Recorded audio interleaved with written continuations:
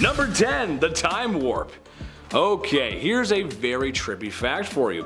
We all know ancient Rome, right? The lovable empire that took over a large portion of the world at its peak. Trust me, I'm going somewhere with this. Caesar, Augustus, the Colosseum. Yeah, those guys. We all know how long ago that was, right? 2,000 years or more.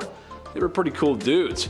Today they are remembered for being a very successful empire and their triumphs. Well, what if I told you that the Romans are to us what the ancient Egyptians were to the Romans? Does that make sense? That makes sense. And they were still alive to tell the story. Well, at least some of them and some of it. Yes, that's right. When Rome was taking over, it was understood that Egypt was a land of great antiquity, and there was much to learn. However, most of what we know of Egypt comes from Egyptian tombs, pyramids, and Egyptology from the early 20th century. Still pretty cool though. Number 9. Board games. Call me crazy, but I love board games. My two favorite are arguably the most depressing. One being an actual fictionalized version of life, and seeing who can rack up the biggest mortgages after having 6 kids as a police officer with a chef's salary. Ooh, fun. And the other is a recreation of the real estate moguls that charged exuberant amounts of rent during the Great Depression in the 30s. Wow, fun. Thanks, Parker Brothers. This may be because I have ancestors in ancient Egypt. I probably don't, but we're just gonna roll with that joke anyway. I make bad jokes like that because ancient Egyptians loved board games. That was my connection. Yeah, I know, right? Games like 20 Squares, Hounds and Jackals, which is pretty much just snakes and ladders, and the most popular, Semet, which tasks players with moving their pieces on squares and eventually off the board. Kind of like Sorry, which is also one of my favorite games. I love Sorry. I think that we had a Canadian version called Getting Into Trouble. You know, the thing in the middle and you bop it. Remember that thing? The dice? Remember that? You say, what are you guys doing? Getting into trouble, Mom! So lame. So lame, dude. Number 8. Labor strike. To say that it took a lot of manpower to build the pyramids, or really anything the ancient Egyptians ever built, is a little bit of an understatement. A lot of work went into it. Not only are the builds massive in scale, but also extremely complex and detailed, fooling some engineers today. They don't know how exactly they did it. Can you imagine building or moving all of those massive stones in the African heat and sun? I would need so much water. Just like today, it's really hot today. Well, as it turns out, this wasn't always the greatest job on planet Earth. Oh, surprise! And in one incident in the 12th century BC, the workers under Ramses III organized what may have been the very first labor strike. The workers had not received their grain rations and thus hid away in the monasteries until their woes were heard. It worked, and they were given their rations. Oh, so cool. First labor strike, that's so weird. They have modern stuff too. Wow. Number 7. Time warp again. Okay, here's one that's just kind of a head scratcher, but very true. And it has to do with the age of the Great Pyramids. The truth is, those bad boys are old. Really old. Older than your grandpa. And for a lot of ancient Egypt's history, they were there, regardless if the citizens actually knew anything about them. Constructed around 2560 BC. A long time ago. Cleopatra, the most famous of all pharaohs and the chicest of all celebrities in the 60s. I mean, come on, Elizabeth Taylor. I mean, she's good looking gal. Despite what modern depictions of ancient Egypt will have you believe, Cleopatra actually lived closer to the moon landing than she did the construction of the pyramids. Which is really hard to think about. She was closer to JFK, the pyramids, Vietnam, and not the pyramid. That's, wow, it's kind of hard for my brain to wrap my head around that. Number 6. Bowling. The next time you find yourself in a bowling alley and find yourself a little queasy and you're not sure if it's the smell coming from your bowling shoes or the radioactive microwave nacho cheese you just ate at the snack counter, you can thank the Egyptians. No, not because they made sure to play weird animations on the outdated TVs hanging from the ceiling that were outdated the second you walked in there as a kid. They're old then. Or the carpet that screams 1980s and please wash me. But because they invented the game itself, usually done with stone pins and a stone ball. It was quite popular amongst the crowds back then. Very cool. Obviously they didn't have the animations, but I think that makes it. Remember those weird like bowling animations, you know what I'm talking about? Number 5, fake beards. I can't grow a beard, so maybe I'll just start rocking the fake one, you know, like Hatshepsut. Long before Cleopatra, Hatshepsut was the first woman to obtain power as a pharaoh. She was the 6th pharaoh of the 18th dynasty. There were just a few that were women in total, but during her reign back in the mid 1400s BC, following the death of Thutmose II, she was determined on being portrayed as a male. The pharaoh, fake beard, the massive muscles, historians believed that this was all done as an act of politics. After her passing, come 1458 BC, her stepson took the throne, Thutmose III, and he destroyed everything in her name and image. Well, mostly everything. Now we have this bearded pharaoh that we're pretty sure we figured out. Number 4, acne. Ancient Egyptians came up with an interesting method on getting rid of those pimples, that's for sure. Remind you, this was long before Dr. Pimple Popper was ever a thing, so again, creative. Physicians back then discussed pimples as these elevated spots with black tops that can plague your skin from 4 to 5 years. And by squeezing these spots, you force out the maggot inside. Yeah, blackheads were called maggots back then. Imagine your partner, hey, can you get this pimple on my back? Yeah, I think I got some maggots in there. I don't know. I'd be sick. See ya, now we're single. They would refer to severe cases of acne as maggots that lie in a bed of roses. Hey, if a physician ever told me I had maggots that lie in a bed of roses on my persons, I would faint. That's the scariest news I've ever heard in my life. That's some bad news, man. Dermatological disorders were thought to be human skin taking on the properties of animals. Yeah. Oh, you have acne? Are you sure you're not turning into a bird? Maybe it's that. Come back next week. Ancient Egyptians would use honey, vinegar, turpentine, and emulsion of bitter almonds, all to get rid of acne, hopefully. Sorry, maggots, not acne, maggots. All to get rid of maggots. I'm gonna go throw up. Number 3, prosthetics. The ancient Egyptians were a culture of firsts, and some of their achievements we still have no idea how they were able to accomplish. Like the pyramids, I couldn't tell you. Could you? Didn't think so. Hit that thumbs up. We're both wrong. We're both learning. It's very likely that some of the first ever prosthetics were used in ancient Egypt. How fascinating. Imagine being the first guy to make a toe, a fake toe. A female mummy who was discovered near Luxor had her death dated somewhere between 950 and 710 BCE. And she was also found with a prosthetic toe made from wood and leather on her person. While this of course is a wonderful cosmetic replacement, and it's no secret that the ancient Egyptians certainly valued aesthetics, it seems as though this prosthetic toe was completely functional and was actually used to help this woman walk. The toe, after it was discovered, had significant signs of wear and tear, which then inspired experts to start a study, look a little further. And they did. So they took participants and tested their gait, both with and without the use of a replicated toe. And in ancient Egypt, the common footwear were sandals, and walking in them would have been next to impossible without a big toe. So it's clear that this prosthetic was very helpful and important to those similar to this Luxor mummy. Not exactly a beauty practice, but I'm sure they also felt a little more confident with that toe. This is also too impressive to exclude. Beauty list. I'm like, yeah, toes are beautiful. Why not? Throw them on. Number 2, henna. I got henna done a few years ago and I totally blanked. I forgot that it lasted longer than like 2 days. I was like, day 4, I'm like, what's going on, man? Is this permanent? While on one hand, pun intended, it is beautiful, ancient Egyptians' use of henna went beyond style and beyond imaging oneself after the gods. See, henna also has cooling effects on the body, and ancient Egypt was quite hot. It was used by ancient Egyptians to color their hair and fingernails in shades of red and orange. Now this exact shade also provided comfort on hot days. Come back with some henna. Kind of nice. It lasts longer than a few days though, just so you know if you want to get henna. It's important to know. That guy did not tell me in Greece. No, he did not. And finally, number 1, deodorant. When it comes to deodorant, today we listen to the Old Spice guy. He's always whistling about something new. But long before he was born, ancient Egyptians used ostrich eggs for deodorant. They made perfumes and oils, this is commonly known,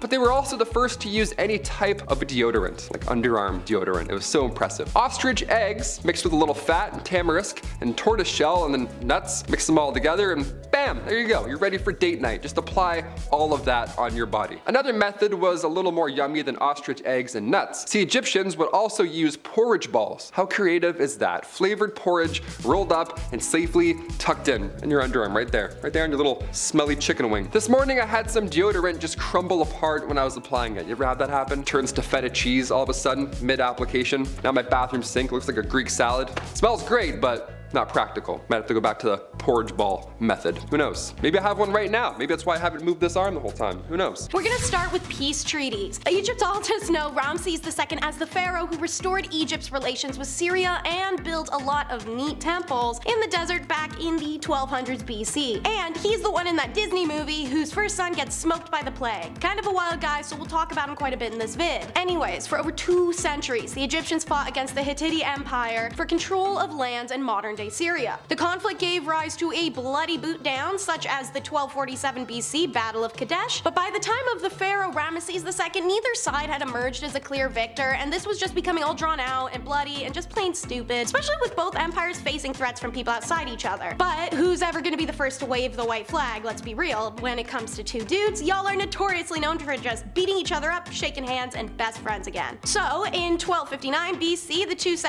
to hell with it, let's do lunch, and Ramses II II and the Hittite king Hattusili III negotiated a famous peace treaty, one that was either the first known in creation or one of the earliest ever. This agreement ended the conflict and decreed the two kingdoms would aid each other in the event of an invasion by a third party. This treaty is now recognized as one of the earliest surviving peace accords, and a copy can be seen above the entrance to the United Nations Security Council. How about some ancient Egyptian body dysmorphia, because bodies are supposed to look like this, right? That's what Akhenaten was probably wondering, and it must have been awkward as hell for fine as Silk Queen Nefertiti and normal looking son King Tut to try and lie their way through any reply to that, because this whack job was known for two things. Firstly, as who forced monotheism on Egypt so brutally that when he died his son had to awkwardly erase his legacy, and secondly, he was one funny looking dude. He had an hourglass figure like a BBL baddie, an elongated head with a square jaw jutting out, big curved almond eyes, and let's say he could have filled out a bra better than me. So, Egyptians like to play Photoshop with their selfies the way we do now, and the first depictions of Akh, his body and head are normal. But after he forced monotheism, that literally destroyed the economy and empire, his gender in sculptures and carvings became more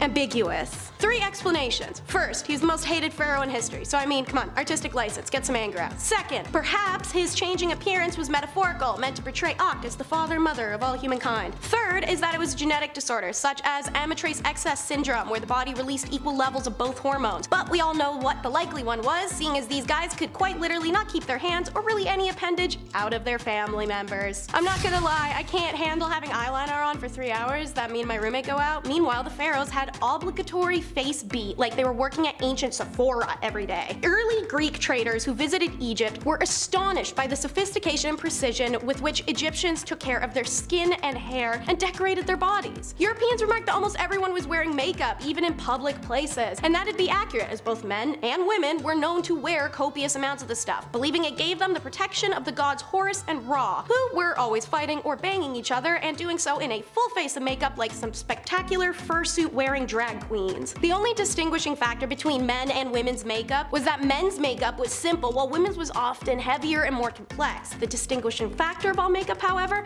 was wealth. Nobles could afford the fresher or less diluted products, while lower status had to use makeup from poorer quality materials, which sucks since they worked in the sun all day, and higher quality kohl you lined your eyes with, the better it reduced sun reflection. This act will also protect them from evil spirits and eye diseases, as they believed their makeup had magical hearing powers, and they weren't entirely wrong. Research has shown that lead-based cosmetics worn along the Nile actually staved off eye infections. Alright, you annoying ancient astronaut people, this is for you, Tut's space knife. I am not sitting here doing the work for y'all pretending we all don't know who King Tut is. He was the child pharaoh, smoked by a hippo bite, cursed tomb, blah blah blah blah blah. So we're just going to get right to it and say he had a knife literally from space. Specifically, a small dagger, but whatever effing y'all, this thing is so sharp, to this day, the TSA would tackle you sooner than let you board anything with it. They found it in Tut's tomb in 1920s with all that other magical treasury hunky-dory that they stole out of there, and it was originally believed to be forged from the iron heart of a meteorite. Originally, keyword. See, Egyptians didn't have the ability to smelt. They weren't actually suitably advanced in that realm. So they especially wouldn't be able to forge a weapon from space metal, let alone crack open a meteorite to get to it,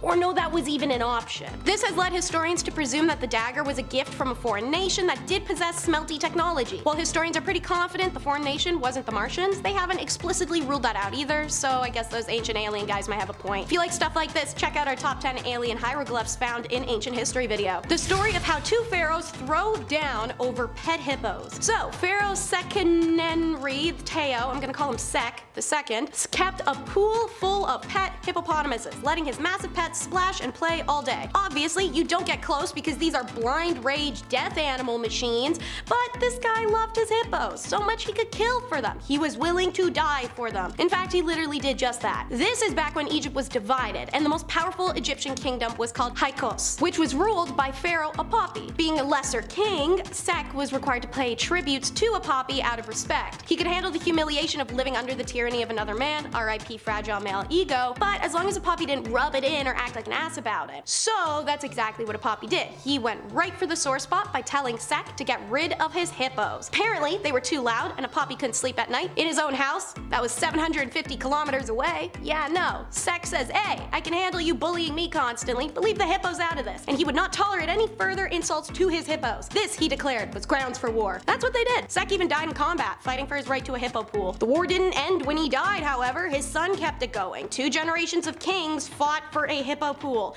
and in time, they won. By the end of the war, Egypt had unified once more.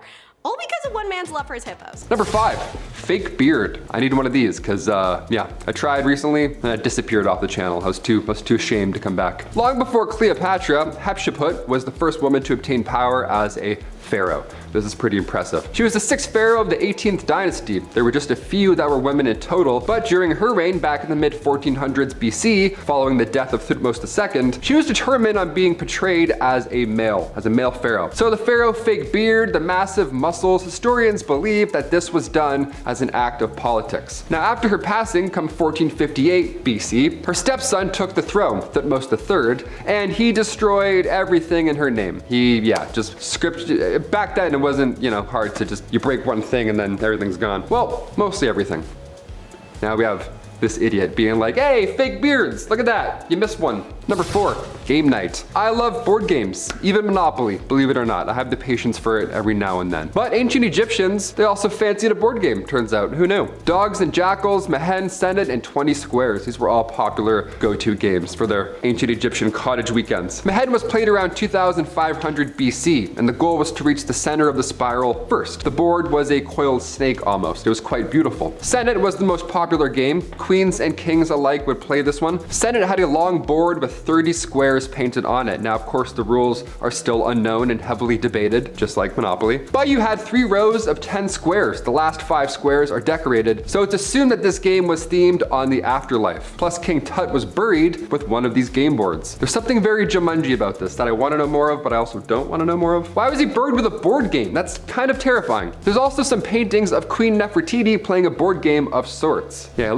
it kind of looks a lot like chess. Imagine playing a pharaoh in chess. My palms would be so sweaty. I'd be like, "Checkmate, please don't exile me. Thanks so much. Let's play again sometime. Peace." Number 3, the first peace treaty. Bizarre at the time? Absolutely. Definitely, this is a first. The first peace treaty in history was back in 1271 BC. Now at this point in time, Egyptians and the Hittite Empire, they were fighting over modern day Syria. Now this conflict had been lasting centuries, and come 1274 BC, the Battle of Kadesh was now underway. At this point, there's tons of bloodshed, no clear victor in sight, so what's left to do at this point? A peace treaty, right? Hopefully, ideally. Ramses II and King Hattusili III both negotiated a peace treaty where both sides would aid each other if a third party decided to now get involved. A copy of the treaty can be found in New York, right above the entrance to the United Nations Security Council chamber. Pretty impressive. I have a license plate above my room, so that's almost as cool, I guess. It's also in the Guinness Book of World Records as the oldest peace treaty, so that's how you know it's official. Guinness confirms it. Moving on.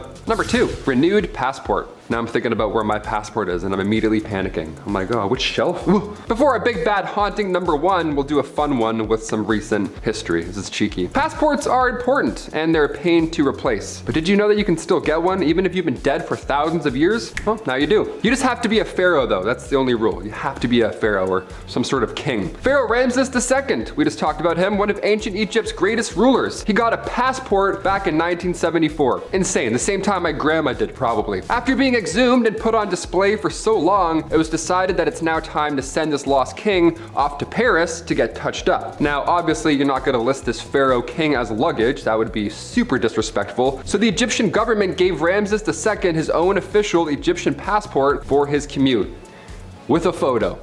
Just in case you didn't know. On the passport, he had his info, it's all great. He had his age, very old, occupation, a king, and in case it wasn't obvious, it was stated that the king was deceased. Looking at him, you're like, oh, yes, certainly. Yeah, go on in. Definitely dead. For sure dead. Don't even have to look twice. We're good. And finally, number 1, trusty servant. In ancient Egypt, it was common for servants to accompany their masters into the afterlife. Whenever they go, now you have to go. Horrible, right? This practice reflected the belief that individuals needed assistance and companionship even in the realm of the dead. Hashtag needy. Servants were considered essential for ensuring the comfort and well-being of the deceased here and again in the afterlife, which doesn't make a lot of sense, but again, a long time ago, different beliefs. They would be depicted in tomb paintings and inscriptions, and their statues or figurines persons would be placed in these tombs to then serve the deceased. These servants were believed to continue their duties in the afterlife, providing sustenance, performing daily tasks, and maintaining the deceased social status. Like, when does it end, guy? Like, come on. The inclusion of servants in burial rituals exemplifies the importance of social hierarchy and the idea of continuity in ancient Egyptian culture. So, while it's crazy to us, it's very important then.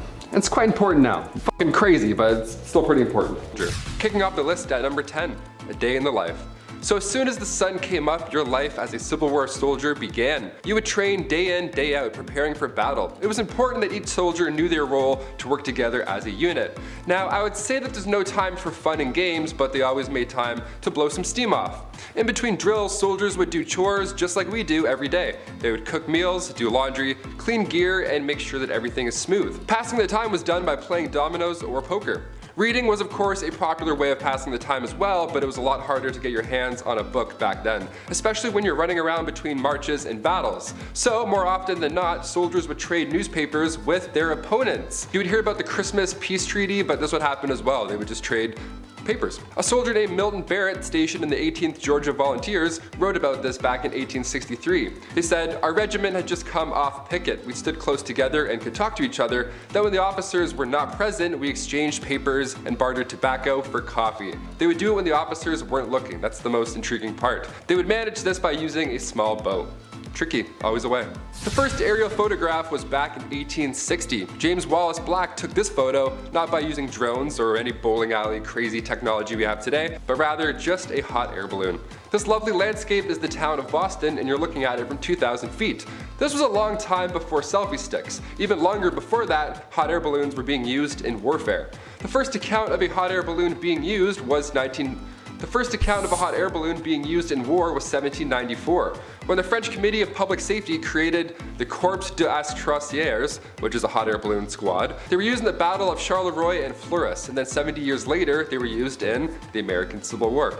They were pretty large as well. They could fit around 5 guys, where smaller balloons like the Eagle and Excelsior only carried 1 soldier. Those were for stealth flights. That'd be pretty brave. Imagine seeing a hot air balloon coming over the horizon and it has soldiers shooting at you. That's incredible. I didn't hear about any of this growing up. They could reach up to 1,000 feet, so they definitely had a vantage point like no other, and they would communicate with soldiers on the ground using flag signals or of course telegraphs. The most successful balloon program in the Union was under the command of Thaddeus Lowe. He and Lincoln were allies, and Lowe actually sent a telegraph to Lincoln once describing the view of Washington from above. Call your friends more and describe your view to them. You might get a few things done. Number 8, bounty jumpers. Fewer than 150 Union soldiers were killed for desertion, and Lincoln was actually constantly writing letters and endorsements reducing soldier sentences from death to labor during the war. That's how bad it got. Deserters were a big problem for both the Confederate and Union armies, so it was punishable by death. After the Battle of Fredericksburg, the Union had 100 deserters roughly a day. That's a lot every single day. The Union actually used peer pressure at one point just to keep soldiers from leaving. In 1863, the Union offered regiment perks if a certain percentage of original men were on for a following tour of duty. So soldiers inside were making others stay on board. How they did that, what they said, we don't know. Bounty jumpers were men who were paid to fill on the spot of newly drafted soldiers. So these guys would join for a few days and then desert them all over again and join a new post as the new substitute and get paid. And of course, some deserters were branded to avoid this problem. Number 7, daily diet. These soldiers were all around 25 years old. The minimum age to join, of course, was 18, but a lot of these guys who were that young would often lie about their age anyways on paper. So on paper, the average was 25 years. But these guys were kids, basically. They ate mostly crackers, and when I say crackers, I don't mean the salty work snacks that you have today. These were made of like flour and water and just salt called hardtack. They would eat berries, nuts, and fruits. Anything they could find is all they had. Most of these soldiers were close to starving to death. Number 6, soldiers protest.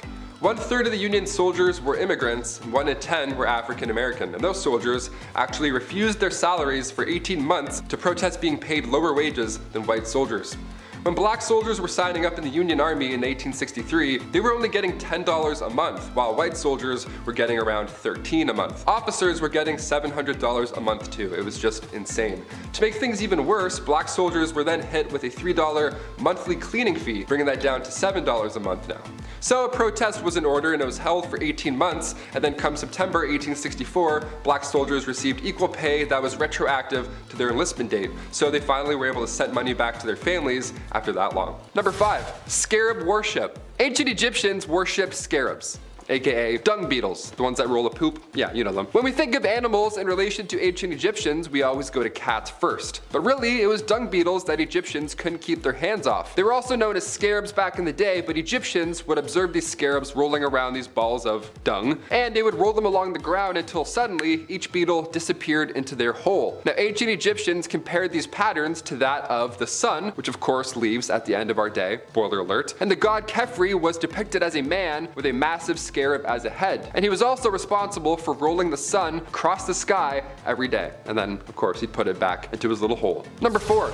Sweat perfume. This next one here reminds me of Gwyneth Paltrow's Goop. You ever hear of that? Google that after you're done here, what a ride that is. Here we go. Ra, the Egyptian sun god, he was born from a giant body of water when life first began. I mentioned this earlier in our list. You remember the whole, hey kids, giving birth thing? Yeah, him. Well, in ancient Egyptian mythology, many thought perfumes were made out of Ra's sweat, and Egyptians would cover themselves, just lather themselves in that. Perfume back then wasn't like the kind that we see now, obviously. Ancient Egyptians would apply oil-based perfumes all over their body, which mainly consisted of water lilies from the Nile. Today it's a little different. Today it's like Playboy Malibu, or like Axe body spray, or Lynx if you're in Britain, there you go. What happened, right? Bring back the sweat oils from gods. I would much rather buy that from my local pharmacy. Number 3. Dirty trick. The god Osiris ruled over ancient Egypt, but it wasn't an easy path. Just like ancient Rome, there's always going to be a jealous brother. Osiris's brother Set was a jealous brother, so he tried to take out Osiris at every turn. One elaborate plot was so crazy that it actually worked. This was like a saw trap setup. This was nuts. First, Set designed a coffin that matched Osiris's measurements to a T. So at a party casually one day, Set challenged Osiris to hop into said coffin, saying that if he can fit inside of it, the coffin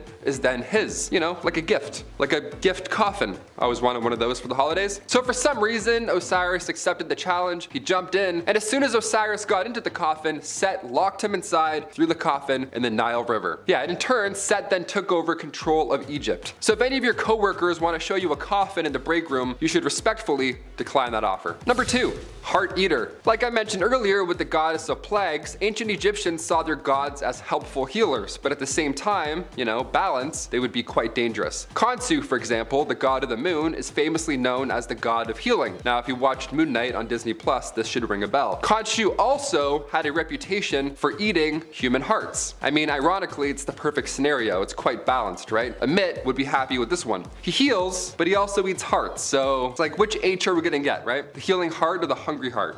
And finally, number 1, pet party. Are you a pet owner? If so, comment down below. I want to see what animals are running about. Which animals fill your house? We were always a dog family growing up. My aunt has 3 pugs. It's really the dream come true. I want 3 wiener dogs. That's really my goal in life. But ancient Egyptians, they fancied a house pet or two, and they were a little different. Egyptians saw animals as incarnations of the gods. The very concept of having a pet came from ancient Egyptians. Egyptians were of course fans of cats. That's common knowledge at this point. But did you know that they also had the same idea for hawks, lions, dogs, and even baboons? I thought dogs doing their business inside of the home was annoying, but a lion? Imagine waking up to that. I'd be like, ugh, where do I even start? Many of these animals were often mummified and buried with their owners after they had died, just like how today many owners cremate their pets. The little paw print on the tiny vase, it's always so sad. You're like, oh, who's this? Ugh. I'm not sure I would mummify a Shih Tzu, but you know, hey, whatever floats your boat, go for it. Other creatures were also specifically trained to work as helper animals. Ancient Egyptian police officers would use dogs and monkeys to help patrolling. Imagine that. Imagine you steal bread for your family and you look back and a baboon is chasing you down. Kicking off our list at number 10, ancient Egyptian eyeliner. Whenever you see hieroglyphics or any art depicting the great pharaohs, they're usually rocking some impressive eyeliner. They look great, right? Like a 90s pop star, they look awesome. Ancient Egyptians were the OG eyeliner users. They made their own eyeliner from lead salts. And no, before you think about getting creative, do not try this at home. This wasn't an ideal process. See, for starters, these salts were quite high in lead concentration. So, in order to avoid that mess, ancient Egyptians first had to process and then filter that lead salt for up to 30 days in order to get the lead levels low enough to even be applied. So you had to plan accordingly. You're like, oh, I have a pharaoh date in 30 days? Perfect, we'll start now. It was a hazard if done incorrectly. Not only was this ancient beauty practice, well, beautiful to look at, but Egyptians also needed eyeliner to protect against sun damage, as well as fight off any infections. Yeah, we don't encourage rubbing lead on your eyes today. We have a few different methods on, you know, how to look good. I think. None of them include lead, hopefully, ideally. Number 9, hair gel. Back in my day, in high school, I had to use Dippity-Doo Extra Hold hair gel. Yeah, I showed a scale on the side. I always got the 5 out of 6 hold. That was good. 6 was too much. Nobody ever did the full 6. That's crazy talk. But in ancient Egypt, we didn't have styling, spiking glue, and blasting free spray by DJ Pauly D. No, we have that today, unfortunately, but back then, a little different. Back then, ancient Egyptians loved styling their hair, but again, before DJ Pauly D was born, what is a pharaoh to do? If the Great Pyramids are any indication, they knew something that we didn't. Ancient Egyptians knew how to keep their hair in one place all day long. And that heat too, how do you do it? My curls? I'm jealous. Their hairstyling gel was made with shea butter and coconut oil. But more often than not, they would replace coconut oil with almond oil. So this was a completely natural and strengthening styling gel. Cut to today, we have whatever that is. Psst, ice spray. That's awesome. DJ Pauly, psst. No. Number 8, coffee scrub. I love coffee. I don't think I love coffee enough to do a coffee face scrub, but hey, never say never. I'll try anything once. Ancient Egyptians would use coffee scrub to reduce inflammation, improve blood circulation, and since it's a ground up material, it's gonna remove those dead skin cells at the same time. Next holiday season, grab your aunt some coffee scrub. Just tell her how it reduces puffiness, improves the skin's texture, all that good stuff. It'll give you that youthful pharaoh look that you've been going for, you know what I mean? Merry Christmas, here you go, coffee on your face. Using grounded coffee powder to exfoliate your skin sounds like a new idea. It's certainly a hot trend today. But before TikTok, ancient Egyptians already knew these benefits. Damn, I'm gonna get a coffee scrub. Maybe I'll do it. I don't know. After I'm done this cup, I'll just rub it on my face at my desk and see what everyone says. Number 7, dead sea salt. You'll never feel more alive than when you use dead sea salt. Here we go. Ancient Egyptians were ahead of the exfoliation game. Dare I say, they invented it. Not only were coffee scrubs a necessity, but salt from the Dead Sea was one of the most popular ancient Egyptian skincare products ever. We traveled far and wide for this one. Salt collected from the Dead Sea was used to exfoliate dead skin cells, and it was so well known at this point that rumor has it, Cleopatra herself would travel all the way to the Dead Sea from Egypt just to take a bath. Yeah, let's be honest, after this point, we'd all love a rejuvenating Dead Sea float. That sounds way better than what I've got at home. Well, bathtub, I can't even fit in this thing. Dead Sea sounds way better. I once left a house party early to go have a bath. Swear to God. York University. Dipped at like 10 o'clock. I was like, I'm cold. I'm not doing this. 40-minute walk. Worth it. Leave your friends for a bath. Do it. Number 6.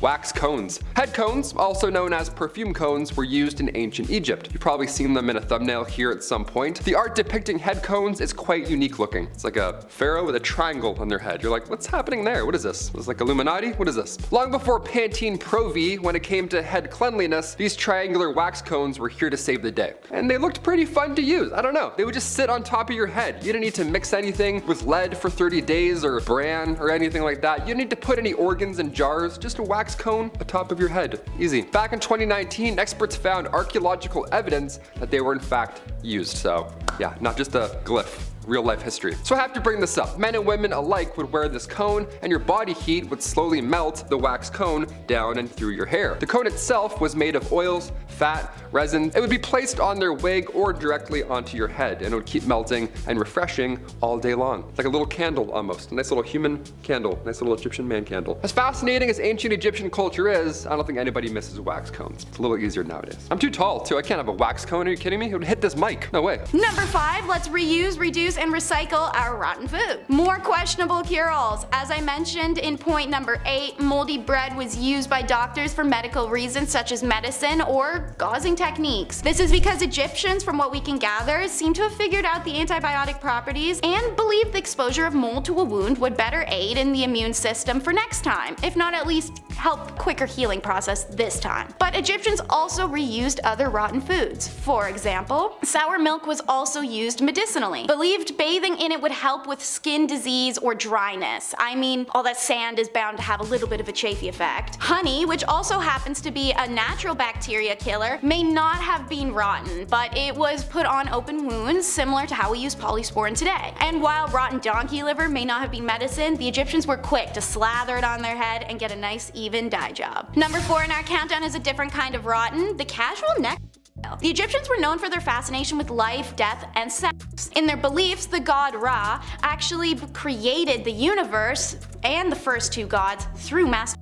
Osiris, another god who eventually came along, became father to Horus posthumously after Isis had sex with his dead body. Ra also had sex with Osiris posthumously, but it seems his use of onion juice worked pretty well and he didn't father any children with the dead body. Now, just because it's in their godly pantheon doesn't mean just anyone was necrophilic in ancient Egypt, but those who were may have had that lust arguably feeling a little more justified in their pursuit of rotten ladies. So, there was an issue with necrophilia towards the deceased bodies of Egyptian women, to the extent that their loved ones began a habit of letting their corpses sit out for 2-3 days before passing them to the embalmers, so as to dissuade sex. The logic was that the embalmers wouldn't want to have sex with the body that was already beginning to rot. I mean, they shouldn't want to have sex with the body in the first place, but I guess beggars can't be choosers. Regardless, embalmers were apparently common enough for the Grecian writer Herodotus, who famously documented a lot of cultures practices, to make special note of. Let's take a break from the funky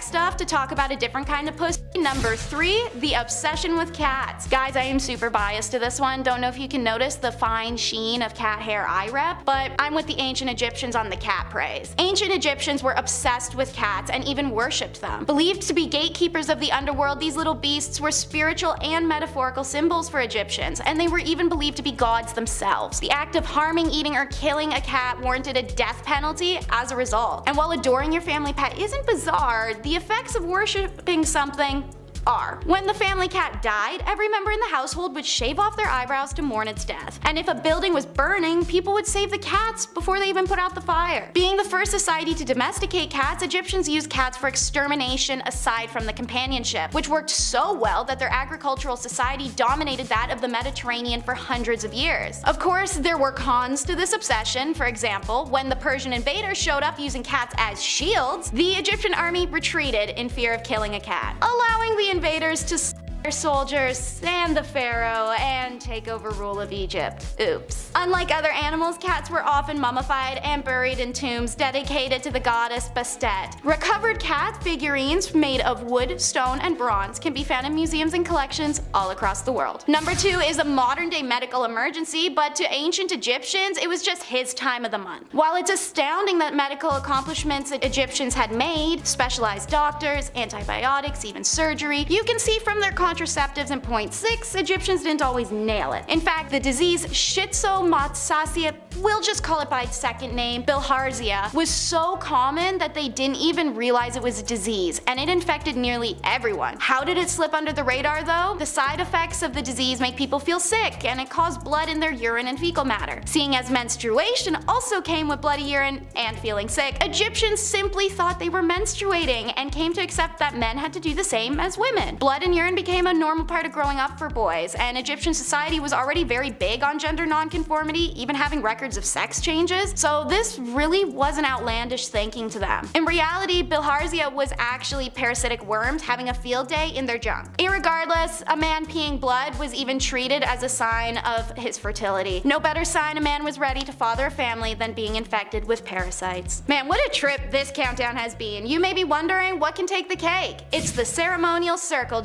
in at number 1. So as prior mentioned, ancient Egyptians believed Ra to have created much of life and existence through, well, his masturbatory sessions. This was also believed about the Nile River, Egypt's famous river that flows 6,600 kilometers before it empties into the Mediterranean Sea. These ancient Egyptians believed that the flow of the river represented the frequency of Ra's ejaculations.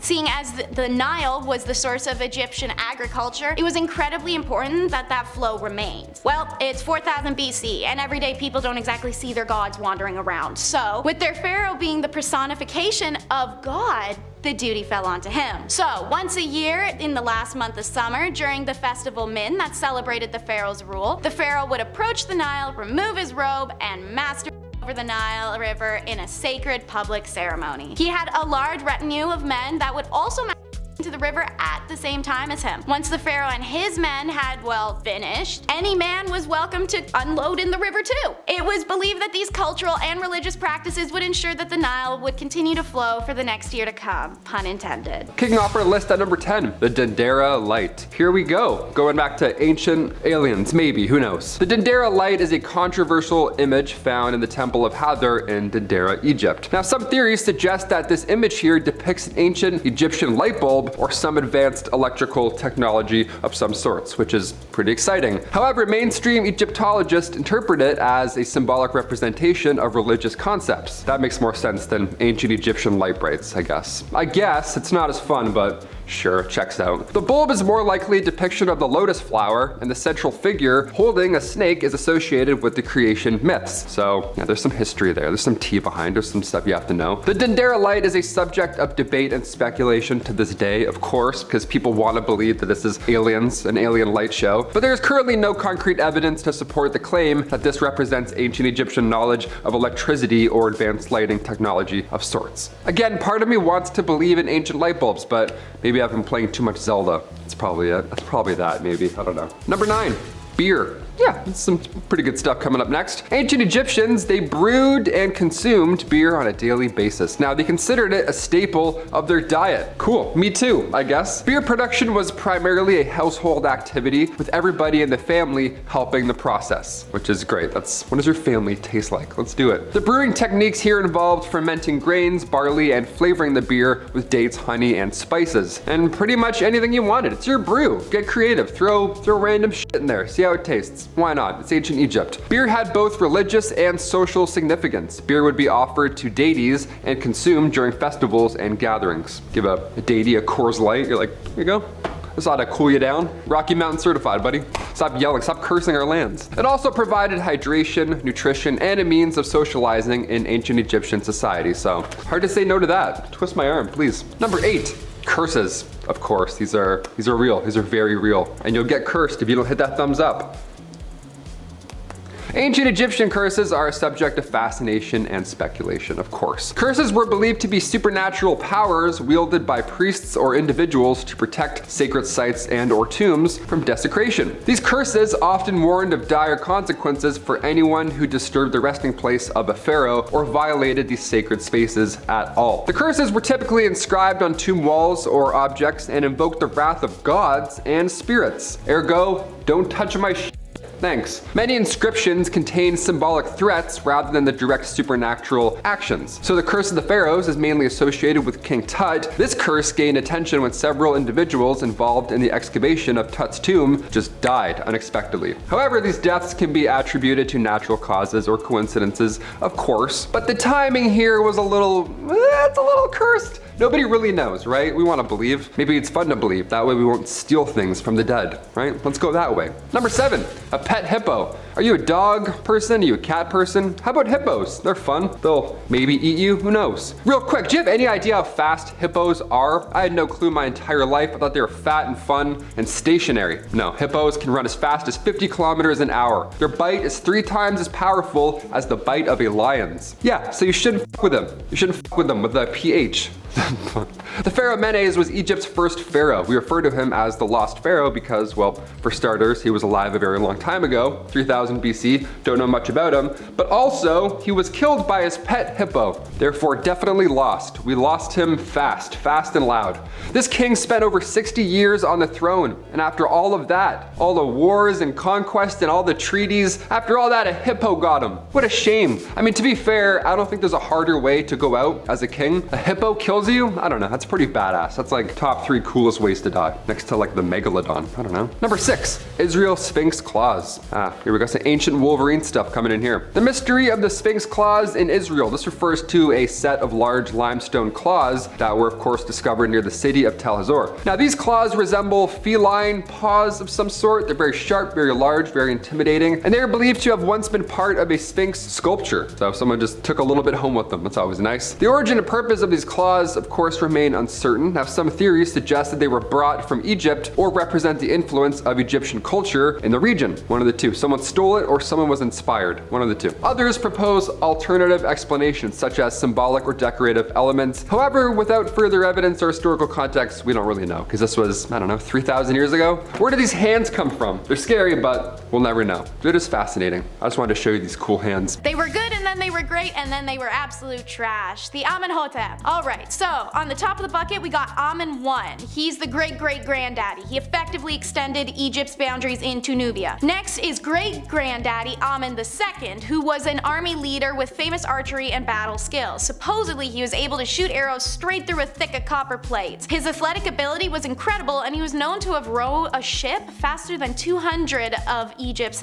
strongest navy men. Next is Granddaddy Amen III, who built himself endless monuments and temples. Perhaps his most famous construction was the Temple of Luxor in Thebes. This temple has become one of the grandest and most famous temples in Egypt. His diplomatic relations allowed art and culture to flourish, and his building projects are legendary. And then there's disastrous daddy Akhenaten, or Amen IV. This nutcase was obsessed with the sun god Atum and changed his name, appearance, politics, lifestyle, anything he could to feel closer to his lord. This pharaoh was so hated that Egyptians themselves wiped his name from their history. He moved Egypt's capital from Thebes to Amarna and then renamed it in Egyptian to mean the horizon of Aten, and then ordered a new capital city be built there, moving an estimated 20,000 people over to make it. When he enforced monotheism, Og failed to realize that the temples of Egypt were the nation's socio-economic cultural hubs. It was the god priests that oversaw all of their industries, so without them, those pillars of the communities were just gone. And stripping these temples of authority, he caused Egypt's biggest reception. And then we've got the bottom of the bucket, we have our boy Tutankhamun, aka King Tut, who by his third year changed his name to Tutankhamun and issued decree restoring temples, images, personnel, and privileges of the old gods to undo what his dad had done. He also began the protracted process of restoring the sacred shrines of Amun, which had been severely damaged during his father's rule. No proscription or persecution of Aten, though, Akhenaten's god, was undertaken, and royal vineyards and regiments of the army were still named after Aten. Tutankhamun unexpectedly died in his 19th year. Whatever the case, he died without designating an heir. This is another four-part family tree. First, great-granddaddy Sneferu founds the 4th dynasty and marries the daughter of the last pharaoh of the 3rd empire, thus helped to solidify his possession as the pharaoh of the new dynasty, as well as secure Khufu's place in the line of succession. Meanwhile, his son, who becomes Granddaddy Khufu, pops out the Great Pyramid of Giza, one of the 7 wonders of the world. Apparently, we were so impressed by this that we forgot to write anything else about him or why he did this, because we know very little about Khufu. We know he reigned 23 years between 2500 and 2566, and we know he married his sister.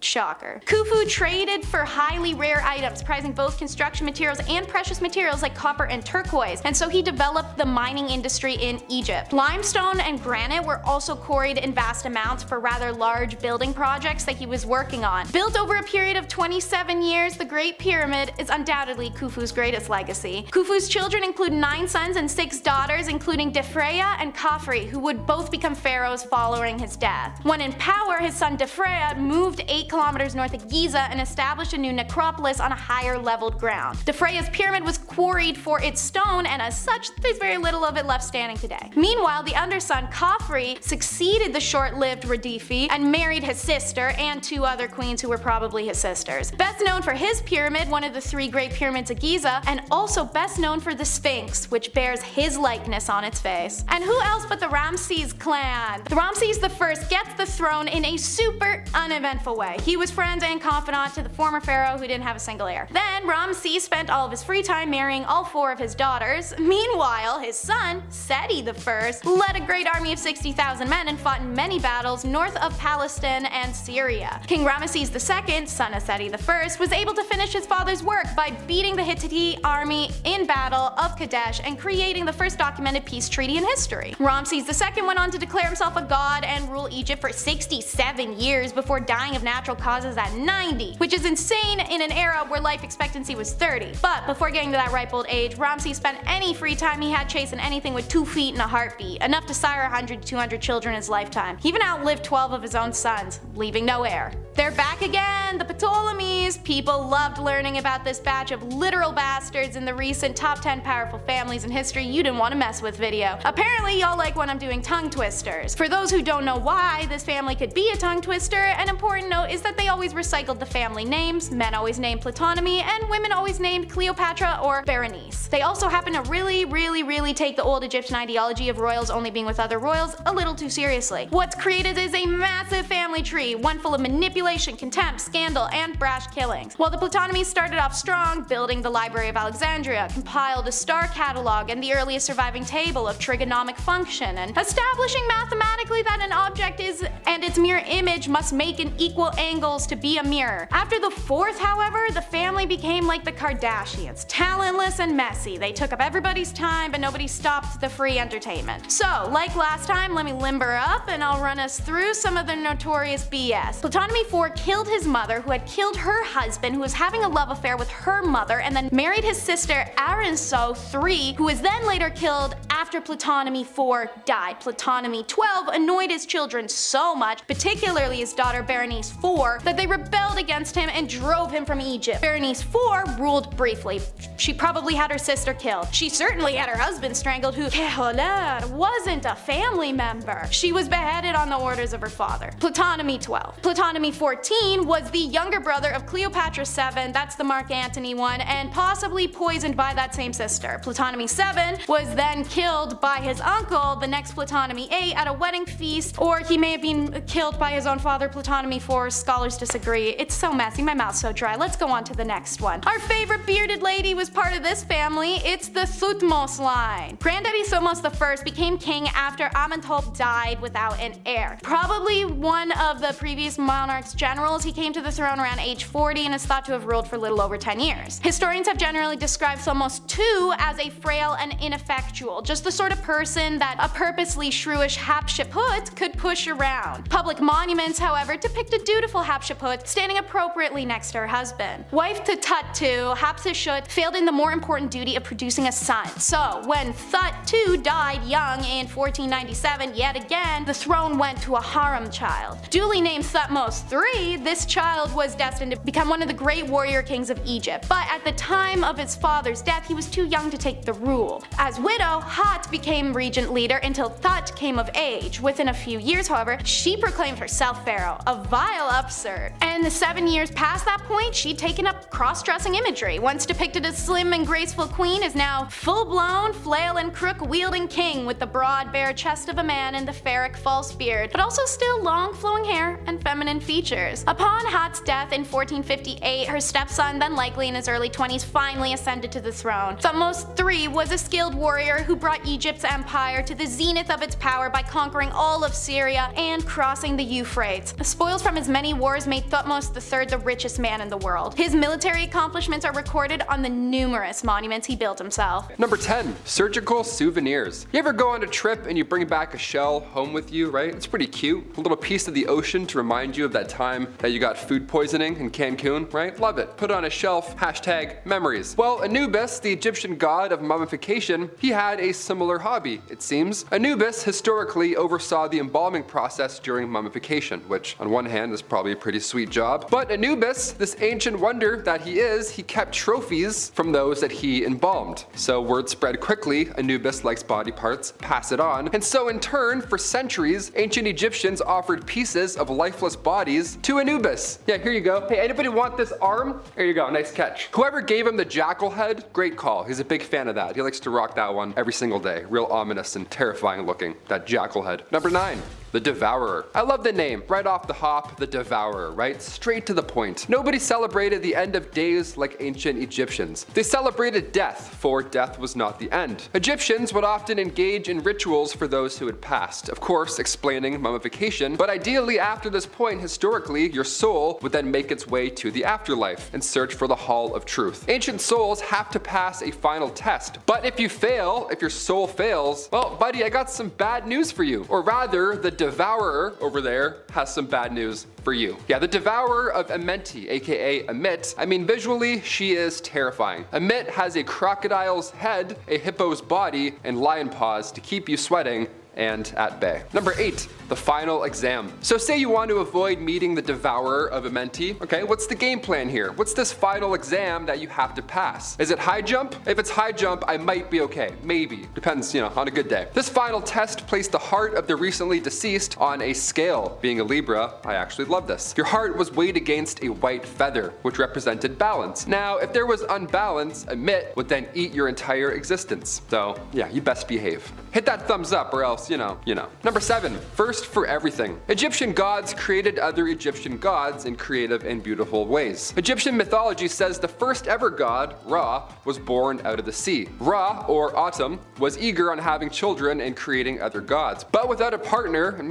being alone in the universe and all, the process can be quite difficult. It's a lonely road being a god and all, so mythology also shows that Ra did end up having children. He created Shu, the god of air, and Tefnut, the goddess of moisture. But in order to do so, Ra had to breed with his own shadow. Yeah, his shadow, like Peter Pan, you know what I mean? And in order to give birth, said children were spat out of Ra's mouth. That's pretty bad. That's pretty crazy, but it's still not as crazy as a seahorse giving birth. Yeah, I'd rather witness Ra giving birth out of his mouth than a seahorse any day. You shoot them out by the millions. Number 6, the Lady of Terror. If Ra has you shaking in your boots, wait until you hear about the Lady of Terror. Okay, again, great name. Sekhmet is a lion-headed goddess, so again, appearance-wise, pretty jarring to come across. Now, this goddess got the nickname by controlling diseases. Now, on paper, that sounds like something we could definitely benefit from. But Sekhmet could also spread pestilence and plagues against anybody who pissed her off. So, yeah, not ideal. Imagine if your ex could control plagues and pestilence. You know what I mean? Wouldn't be a good time. You'd be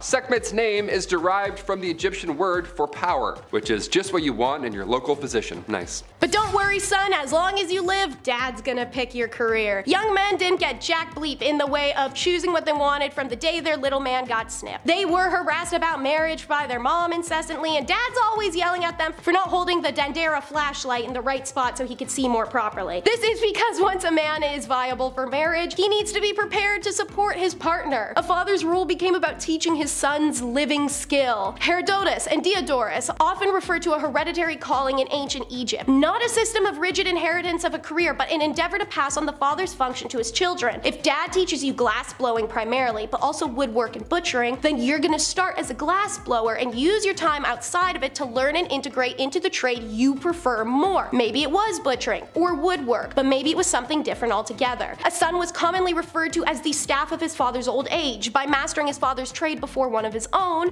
ensured as dad ages, son can take care of the family business if it's more lucrative and supports his father better that way. By the way, for this reason, adoption was huge in Egypt. And once you're an adult with a family to support, you'll learn how currency was nightmarish. Up until the time of the Persian invasion in 525 BCE, the Egyptian economy operated on a barter system based on agriculture. The monetary unit of ancient Egypt was the deben, and it was approximately 90 grams of copper. Expensive items could also be priced in deben. So, like if 75 liters of wheat cost 1 deben and then a pair of sandals also cost 1 deben, it made perfect sense to the Egyptians that a pair of sandals could be purchased with a bag of wheat as easily as a chunk of copper. Even if the sandal maker had more than enough wheat, she would happily accept it in payment because it could be easily bartered in exchange for something else somewhere else. The most common item used to make purchases were wheat, barley, and cooking or lamp oil, but in theory almost anything would do. Beer was the most popular drink in ancient Egypt and was frequently used as compensation. The lower class of society produced the most goods used in trade and therefore provided the means for the entire culture to thrive. Even if it did mean going to the market required bringing just as many bags of things with you as you were gonna leave with. And since I mentioned beer, life in Egypt would be impossible unless you liked liquor. Wages were paid primarily in grain. Thanks, weird Egyptian currency system, just what I wanted to bring home after a 10-hour labor shift. A 6-pound bag of barley, which was then used to make the two staples of the Egyptian diet: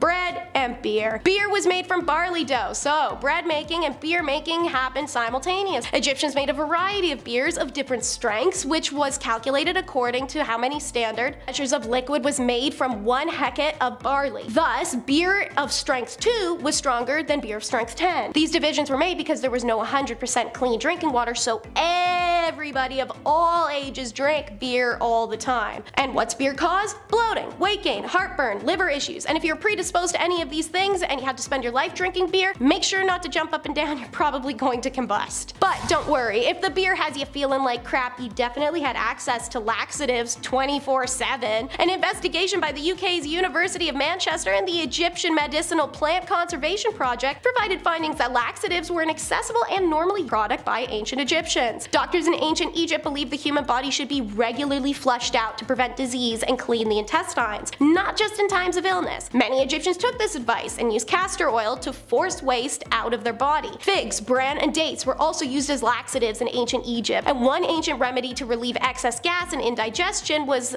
cumin, a hefty portion of goose fat, and milk, boiled together, strained, consumed. Metcalfe, a scientist in the Manchester University School of Medicine, adds that the Egyptian use of bowel stimulants such as the bitter fruit coxswain and castor oil remained in clinical use until about 40 years ago, so the amount of crapping would have definitely made living in ancient Egypt crappy. And naturally, what's worse than being terrified to leave? Like the people of Mesopotamia, India, China, and Greece, ancient Egyptians lived in modest homes and apartments, raised families, and enjoyed their leisure time. A significant difference, however, is between Egyptian culture and that of other land was that the Egyptians believed their land was intimately tied to their personal salvation, so they had a deep fear of dying beyond the borders of Egypt. It was thought that the fertile dark earth of the Nile River Delta was the only area sanctified by the gods for the rebirth of the soul in the afterlife, and to be buried anywhere else would be to be condemned to non-existence. Those who served their country in arms or those who traveled for a living saved money and made provisions for their bodies to be returned to Egypt should they be killed. However, due to this belief, as we know, Egyptians were not amongst the world's great travelers. There's no Egyptian Herodotus, Alvia Chalabi. Even in negotiations and treaties with other countries, Egyptian preference for remaining in Egypt ensured everyone had to come to them. Even within the confines of the country, people did not travel far from their places of birth, and most, except for times of war, famine, or upheaval, lived their lives and died in the same locale. It's believed that one's afterlife would be a continuation of one's present. The yard and tree and stream you saw every day outside your window would replicate your afterlife exactly. So Egyptians were encouraged to live gratefully within their means and care for their environment and never leave.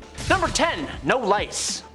You know in elementary school when they would check everyone for lice and one poor sucker had to get their head shaved and walk around as that bald kid for like a month and would probably get bullied? Well, that ain't gonna happen back in ancient Egypt because everyone shaved their heads to avoid lice back then, and priests would shave their whole bodies just like Michael Phelps. Instead of having actual hair of their own, they would wear wigs. Wigs sometimes made of human hair. That honestly was a lot better in that harsh desert sun. Lice and other little pests like that, like fleas, were not wanted. And yeah, they still aren't, but it led to some honestly interesting solutions. For example, a warm potion of date meal and water was believed to drive away fleas and lice. They would use cat's fat to keep away mice, I made a rhyme, and one that probably actually did something was when they used a solution of natron, water, and salt in their humble abodes to eliminate and repel fleas. Number 9. Ancient sunscreen. As soon as summer comes around, game over. I burn so easily. That's why I'm a fan of winter. I don't have to keep applying sunscreen to my face all day, all night, and feel like I'm about to faint, obviously. Canada gets quite hot. But how did Egyptians beat the heat in ancient times? What was their trick? They didn't have banana breeze, SPF 90, whatever the hell it is. Ancient Egyptians valued their skin as a symbol of beauty, right? You think your morning skincare routine requires a lot of work? Think again, Laura. Their routine was written on tomb walls and scrolls. Rice bran containing UV absorbing gamma oryzanol was used to block the sun off. Yeah, it was that hard. Jasmine as well helped repair sun damage, and ancient Greeks as well. They used olive oil as sunscreen as well as ancient Egyptians, which as far as UV protection goes, it did absolutely nothing. You'd be burnt and extremely dehydrated, but also you'd have some nice tan lines and you wouldn't be as pale as me, so it wasn't all bad. Number 8. The finest of cosmetics. The cosmetics of ancient Egypt were not just for looking good, they were for feeling good too. Like on the inside. Now, as such, those professionals who made the stuff took it pretty seriously. Not just because of a passion for the art, but also because they'd be judged pretty damn harshly if they did a bad job. If they sucked, it would mean having the whole neighborhood give you a bad reputation. And in the cosmetics business, just like show business, it's all about that reputation. It would also mean some harsh judgment from the big boys upstairs, meaning the gods when you met the afterlife. So yeah, they wanted to do a good job, and to meet that end they would try and use the finest of ingredients, as they should when people have to put this stuff on their skins and right next to their eyes and stuff. Number 7. Deodorant. Before the Old Spice guy was born, what did people even do to smell good? What happened? Deodorant was actually first introduced to the public back in the late 1800s. It was called Mum. It was a cream that used zinc oxide. It was stored in a metal container, nothing like Speed Stick at all. It wasn't discreet or anything. It was bad. But ancient Egyptians, Even worse. They had to use ostrich eggs when it came to smelling good in the pits. They made perfumes as well and were among the first to use any type of deodorant, so that's a pretty good start. Thank you. Thank you so much, ancient Egyptians. Hence the ostrich egg factor. They had to start somewhere. They mixed a little fat, tamarisk, tortoise shell, and then nuts, and bam, there you go. You're ready for the day. Just pop it on. Another method was a little more yummy than the ostrich eggs and nuts method. Egyptians would use porridge balls. Yeah, flavored porridge rolled up and securely tucked under your arms. Honestly, that seems like a better alternative. Sometimes when you put antiperspirants or like deodorant on, it gets like it all crumbles apart. It's like feta cheese all of a sudden. You're like, what happened to this stick? I would rather have porridge balls than just call it a day. Boom. Number 6, get this man a Tic Tac or something. Just like I use mints to cure my nasty tea breath, which I argue is worse than coffee breath, the ancient Egyptians used breath mints to keep things fresh. Honestly, they actually sound kinda good. Frankincense, cinnamon, melon, pine seeds, and cashews put together, ground up, and bound together in candy using honey. Just heat that bad boy over the fire and let it cool, and boom, breath mints. I like it. I like it a lot. These breath mints would be made commercially by those fine cosmeticians and dentists. Or they could even be made at home. Some archaeological finds of bowls, jars, and other dishes suggest that they may have been candy dishes that would hold the lovely tasting little suckers. Always gotta keep things fun, fresh, and flirty back in ancient Egypt. Breath mints would certainly help you do the trick. Nice. Number 5, bug repellent. I don't know about you guys, but sometimes when I smell certain things, it reminds me of stuff. I'm like that rat in Ratatouille, just, I love France. It smells like France in here. I don't know. Don't smell your own farts, Chief. I don't know. As summer is just about to begin for me, it's sunscreen, beer, and of course, bug repellent.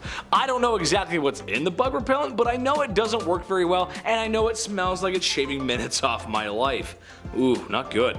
Well, ancient Egyptians had their own version of bug repellent. When the pharaohs and royals wished to enjoy a picnic outside in the beautiful sun, oftentimes there would be bugs. So to prevent this, they found the next closest servant and slathered them in honey. Lots of honey. Ooh, too much. And then placed them a safe distance away from said picnic.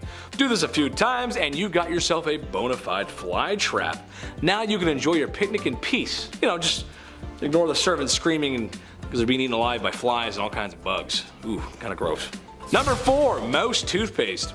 A lot of things I can understand. There's a point to it all. It adds up. Checks out. The mouse toothpaste does not check out or add up. I talked to the chief and he said that's not it. Yes, the ancient Egyptians knew that dental hygiene was very important, as it is. Go brush your teeth. They knew brushing their teeth was important as, well, yeah, as it is. And should be noted that they may have invented the toothbrush. Pretty cool. However, it is in my humble opinion that they missed the mark on the toothpaste. There's no Colgate around. Basically, you take a cute little mouse and you crush it up until it's just a paste or essence of a mouse, as they call it. Then, to combat what I'm sure was a horrific scent, herbs and spices were added, oftentimes mint, for that minty fresh breath that everyone so needs. Disgusting. No thank you. I'll pass. Number 3, mummies. Yes, we all know the ancient Egyptians had mummies. Pharaohs and kings wrapped up like a good Christmas gift in preparation for the afterlife. You may have heard some things about it, and I'm here to tell you all the awful stomach-churning things you've heard, they're true. That's right. In particular, the removal of the brain. While the ancient Egyptians were incredibly smart and talented, the process for removing the brain had the same finesse your grandpa had trying to get ketchup out of a glass bottle. I'll get it eventually. Yep, it's coming.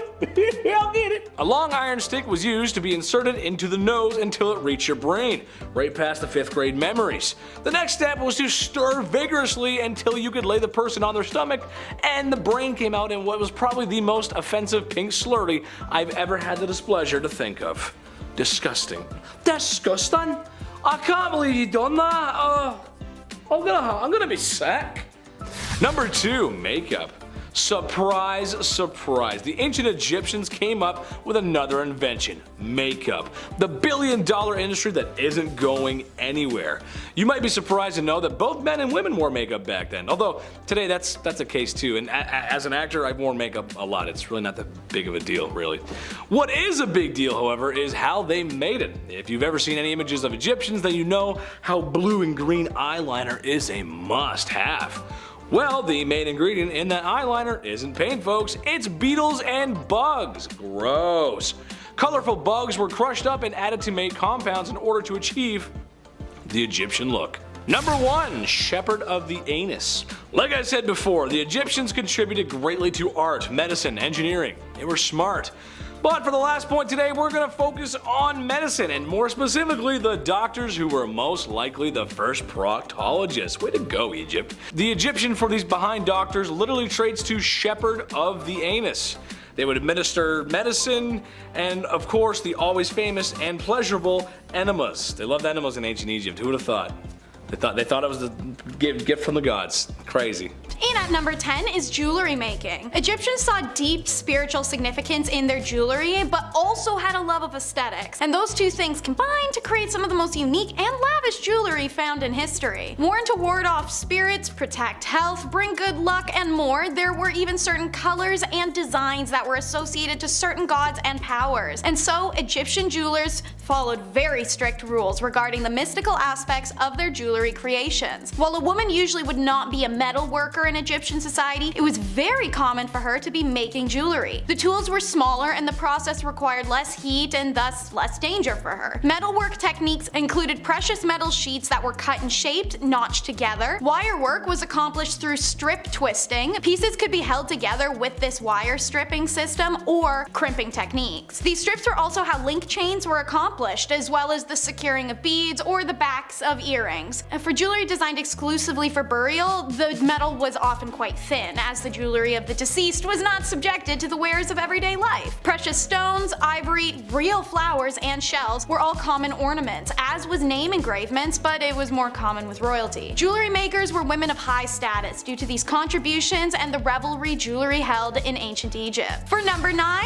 it's house vendors. Recognized as an ancient heritage profession and was at its most popular during time periods of ancient Egypt where women were restricted from going out when married. These vendors would roam neighborhoods with buckets and baskets of product for sale. Clothing, perfume, fabrics, snacks. Now, what was unusual is that the vendor was more often women than men, walking the streets alone, making these sales because many married women weren't allowed to go out walking the streets alone to make sales. You see the irony. Anyways, this profession found great popularity in single women, and many also were called upon to act as nurses in homes of the wealthy when needed. The career is named al-Dalala, but the idea itself has long been extinct with the freedom for Egyptian women to roam commercial districts. Number 8 is being a dancer. Ancient Egyptians loved their music and dance. They were celebratory, but also ritualistic at times. Farmers would dance to thank the gods for a good harvest. Dance groups would perform at banquets. People would go dance around the Nile in the lush season. The list goes on. Many men and women chose dance as a career, and it was a highly respected one. Dancing was considered an acceptable and normal part of life and even important to it. Most festivals were incomplete without it. In fact, dancing was such a revered career that dancers could start as a peasant and become a high status person from it, just like being a celebrity in the way that people would go to see them perform. Women at the time were even more revered for their grace, elegance, and acrobatics. This career had 7 types of dance: gymnastic, movement, pair dancing, imitative dance, which was like acting like animals, group dances like a historic cheerleading squad, dramatic dance was female exclusive and rested in illustration, war dances, grotesque dance, and then religious chant dances at temples, and lyrical dance, which was usually a depiction of lovers. Wig makers are number 7. Egyptians loved wigs for a reason that surprises many. It helped keep their heads cool. I mean, it also helped with hygiene and scalp pests and looking pretty, but the heat thing is what really gets folks. Many Egyptians had shaved or cropped hair, and the mesh-like base of a wig versus a headscarf allowed the body heat to still escape. And as said, wigs were also a great shield from lice or other invasive bugs. The hair used in the construction of wigs and hair extensions was always human and was either an individual's own hair or had been traded or bought. Hair itself was a valuable commodity ranked alongside gold and incense in a count list from the town of Kahun, which put emphasis on the popularity of wigs. When hair was collected for a wig, it was was thoroughly combed and then sorted into lengths individually. The Egyptians invented a variety of hairdressing tools, and the wig makers would take the time to braid or coil the hair depending on the wig style, coating each with warm beeswax and resin fixative so that it would harden when cooled. The job itself isn't unusual, more so the booming industry it had. Wigs weren't worn to this extent anywhere else at the time, and while yes they were functional against the sun, they were more so aesthetic than anything. Individual braid and extensions could also be attached to someone's scalp for aesthetics, the way that box braids, twists, faux locks, and many other ethnic hairstyles are accomplished today. Wigs were made in a type of factory setting. Archaeologists have uncovered the remains of wig factories, wig boxes have been found in tombs, and multiple mummies have been found with wigs or braided in extensions. Number 6, we meet our ladies of the night. Unlike most ancient and even modern civilizations, selling intercourse is illegal or was highly governed. In ancient Egypt, this wasn't even close to the case, but rather the opposite in a peculiar way. Women who worked in the sexual industries were considered divine and respectable, as their career was considered to please the gods. They earned high status and lived in luxury. Working freely and openly, these ladies adorned themselves with red lipstick and eye makeup that differentiated themselves from other women. They were also tattooed, diamond-shaped dots along the thighs and on the fingers, or images of the god Bes. When the French invaded, they brought STIs, and they spread rapidly through the brothels, and this prompted the French authorities to introduce a law forbidding French troops from entering the brothels or having these ladies in their rooms. Guess those ladies were hard to resist, because anyone who offended the law received death penalty.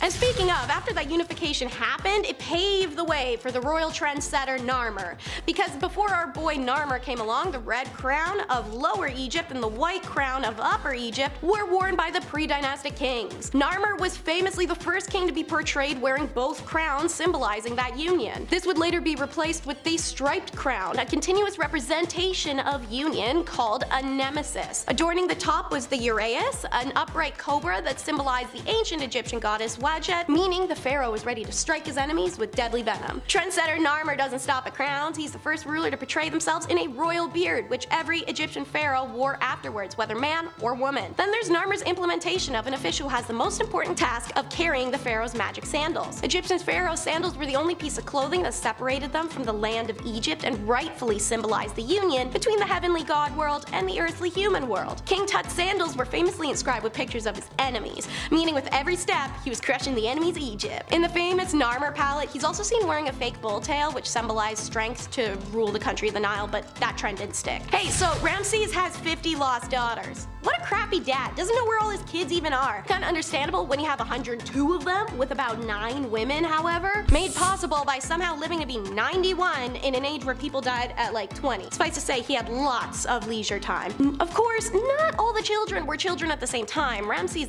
II began his family long before he took over as king, and he reigned for 66 years. He spread the brood out over most of that time. So archaeologists announced in 1820 they uncovered a tomb built by Ramses, and that 52 or so of his sons happened to be in it. They finally recently started excavations after a few decades, and now we know that the mausoleum is the largest and most complex found to date in Egypt's Valley of the Kings, with at least 62 rooms. But Egyptian kings normally didn't build mausoleums for their offsprings. Their principal wives, yes, over in the Valley of Queens, but their kids, no. If it turns out that only Ramesses' sons are in the tomb, where are the 50 daughters? Sexism can answer that. Males were regarded as potential heirs to the throne, and the princesses were not, so they weren't held in high esteem and didn't get a fancy resting place. Doesn't mean they didn't have value. Ramesses designated at least 3 of his daughters as princess queens. Woo!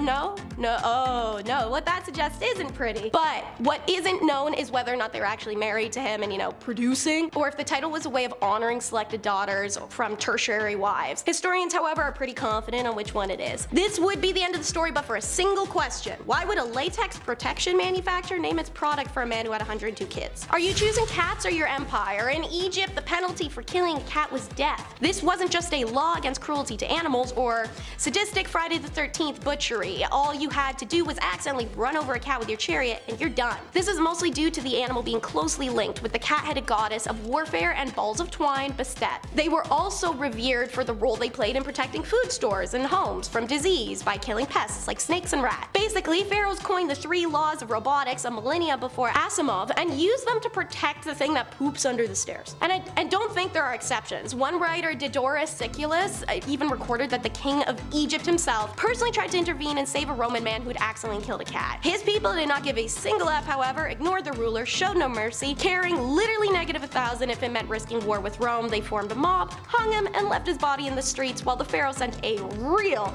awkward fruit basket apology to Rome. Perhaps the greatest example of a pharaoh placing the well-being of cats above that of his own people, however, was Pharaoh Psamatic III literally told his army not to fight the Persians' advancement because these smart little twists had painted the image of Bastet on their shields and marched behind a line of dogs, sheep, and cats. In their words, whatever animals the Egyptians hold dear. The Egyptians, under threat of death from the pharaoh, had no choice but to let the Persian ruler walk straight into the city unchecked. He then murked anyone who dared to challenge him, using the shields with cats drawn on them because you can't even strike an image of a cat in ancient Egypt. Cambyses, the ruler's name, celebrated in a dignified, noble fashion, marching the Egyptian armies past him as he threw cats at them and screamed insults at their gods. We aren't 100% sure who the first pharaoh was, but it was probably Catfish Chisel. The only way we know the lineage for early Egyptian kinship is the highly damaged Palermo stone, which was a black slab of granite carved full of the names of kings up to the 5th dynasty. The part of the stone where the first and second king of the 1st dynasty is inscribed is busted clean off, although it is generally accepted that the first king was Narmer, aka Menes.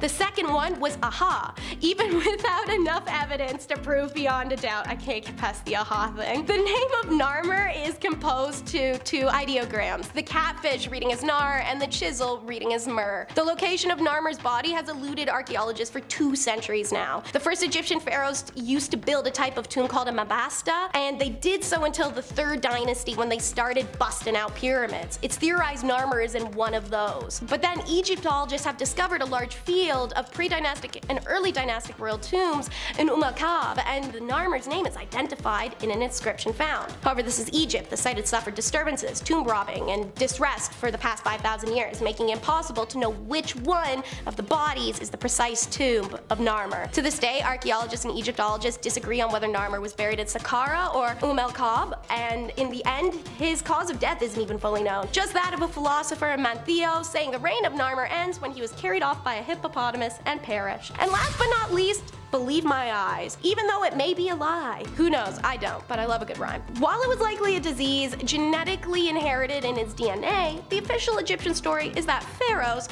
was cursed by the gods with blindness. Apparently, when the Nile was flooding, Pharaohs got fed up with it, and instead of letting the water do its thing and calm down, he chucked a spear at it. Because yes, throwing a spear at a river would probably change things. For his insolence and stupidity, the gods struck his ass.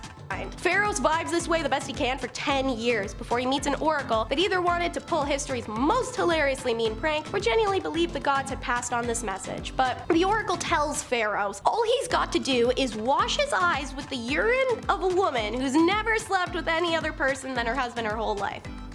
Okay, well, Pharaohs isn't asking questions, he's here for solutions. He finds his wife and says, babe, I want to spice things up in the bedroom, I have an idea. And the 2 of them give it a try. Only it doesn't work. So now he's still blind, and his wife has some explaining to do. Before she does that though, Pharaohs need some more urine and he needed it now. So every woman in town is gathered up and given a pot, which he then sat there, dumping its contents into his eyes, one after each other. No, I don't know if he waited for it to cool down. I do know it was probably the color of French's mustard though, seeing as Egyptians literally only drank warm beer. So imagine. But somehow Pharaohs finds the one who's not cheating on her husband or hadn't banged someone before getting married, and one of these warm beer pee buckets works. And I wish I was kidding, but the official Egyptian records say, yeah, Magic Piss did this. His sight is back, and he asks for the hand of the Magic Pea wielding woman so they can marry on the spot. All the while, her husband awkwardly watches the consequences of his wife not cheating on him unfold. Oh, and then Pharaohs burned his old wife to death. Or at least that's how the legend goes. I highly doubt that it really did restore his eyesight, and maybe he just ordered historians to write a good story to explain a weird habit. You know, fetish. We got a fetish here. Sound the alarm for Pharaoh. Fetish. Okay, Okay, so let's talk about horrible hygiene. Maybe an over-exaggeration, but hygiene of any kind was better than whatever the hell they were trying to accomplish in Europe without showering. At least the people of ancient Egypt considered it an important enough cultural value that they'd wash once a day. Even if it meant they also shave their head, crunch down beetles for makeup, and rub dung on their acne. 2,000 years before Hesere was credited for being the world's first dentist, the Egyptians were making their own toothbrush by fraying the ends of twigs. The toothpaste used was a powder like that vegan one at Lush that makes you feel like you're chewing on chalk. It was made of ox hooves, burnt eggshells, and pumice.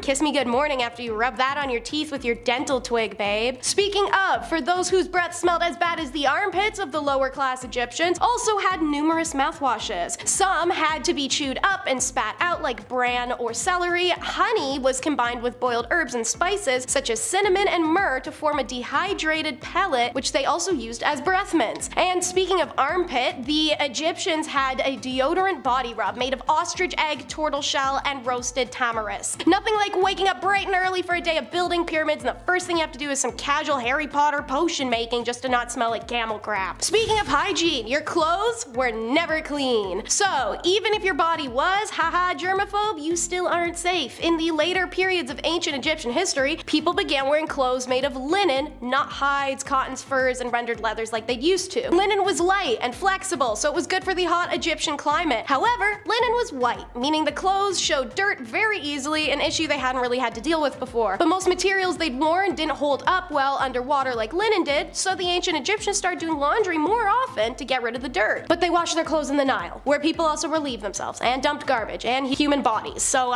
this meant that the Egyptians washed their clothes in water filled with parasites and bacteria. Even if drying it in the sun baked most of that away, you then still had the world's chafiest linen. To learn who did the laundry, the labor, the provision, and the caretaking, let's discuss family values. You may as well pop a little white picket fence up around the pyramids, guys, because nobody idealized the nuclear family quite like the ancient Egyptians, who held it at the core of their society. There was a tremendous pride in one's family, and lineage was traced through both the mother's and the father's lines. Everyone, even the gods and goddesses, were married. While premarital relations or any romps between unmarried people were socially acceptable, an unmarried man was seen as incomplete, and schoolboys were advised to wed early and father as many children as possible. Once married, however, couples were expected to be sensually faithful to each other. Egyptians, with exception to the king, were in theory monogamous, and many records indicate the couples expressed true affection for each other. Although the institution of marriage was taken seriously, if you don't end up working out with the person you married at 15, shocker, divorce was not uncommon, let alone remarrying, so at least that was one little less impossible thing. Until marriage, following their parents' footsteps, boys were trained in the trades and professions by their fathers and uncles, while girls stayed at home to learn from their mothers. In their early adult years, girls would marry, move from home, and the cycle would start again. With the dreaded childbirth. Egypt had the highest birth rate in the ancient world, and yet things were far from perfect. Although the Egyptians understood the general functions of parts of the reproductive system, the relationship between said parts were sometimes unclear to them. Like the origin of a man's love potion, since it was white, is from his bones, because those are also white, and nothing else was. Logic, eh? Most married women spent most of their lives either pregnant or breastfeeding. With little medical advice available, amulets and charms bearing figures of the pregnant hippopotamus goddess Tarawet and the mini demi-goddess Bes were often used to protect both the mother and her unborn child, as children of all sexes were valued and desired. The mother prepared for birth by removing her clothing, loosening her hair, or just snatching her wig off. They did wear wigs. The birth of the child was a great joy, as well as a serious concern given the high mortality rate and stress of childbirth on a mother. So, a midwife was an important career in Egypt. The everyday mothers squatted on birthing bricks for delivery, wealthy households had specially constructed huts or pools, and the midwife used a sharp obsidian or flint knife to cut the umbilical cord. The midwife was also on standby to try and help in any troubling birth situations that may arise. After childbirth, you breastfed for how long?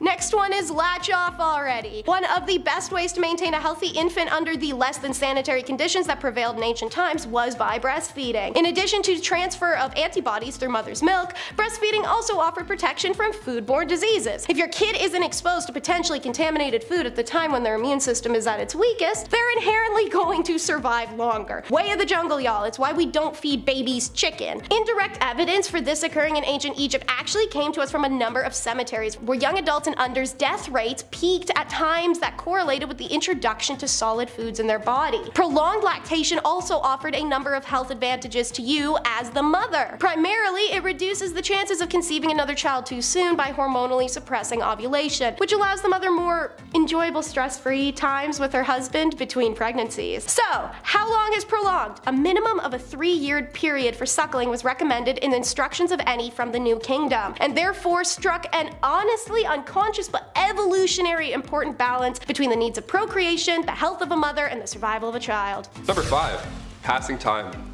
You would assume the Civil War and being part of it and everything I've talked about would give you enough anxiety, but gambling was also a common pastime in between battles. And when I say gambling, I don't mean, okay, it's nighttime, let's throw a few bucks down and play dominoes. No, they would gamble on everything. Horse races, chess, euchre, poker, checkers, cards were popular until the end of the Civil War, when of course they were harder to come by, being so flimsy and all. And when dominoes and cards were out of the picture, soldiers would really go old school and play leapfrog. Yeah, games like that were literally all they had. They would wrestle each other for fun, they would have foot races and bet on them. Bowling would be played using cannonballs to knock down wooden pins, and baseball was also played, but it was a little different back then to how we remember it now. The ball was a lot softer, and there were sometimes only 2 bases. The only way you were out also was if you were hit by the ball, hence the softness that I mentioned. Number 4. Coldest winters. With the winter winds rolling in occasionally, soldiers could no longer play baseball outside and peg each other with baseballs, but what you could do was hit each other with snowballs. A little fun, also a little scary. They called it a snow battle. Yeah, a snow battle too. Battle, way more intense. Soldiers would leave with bruises, black eyes, and sometimes even broken bones.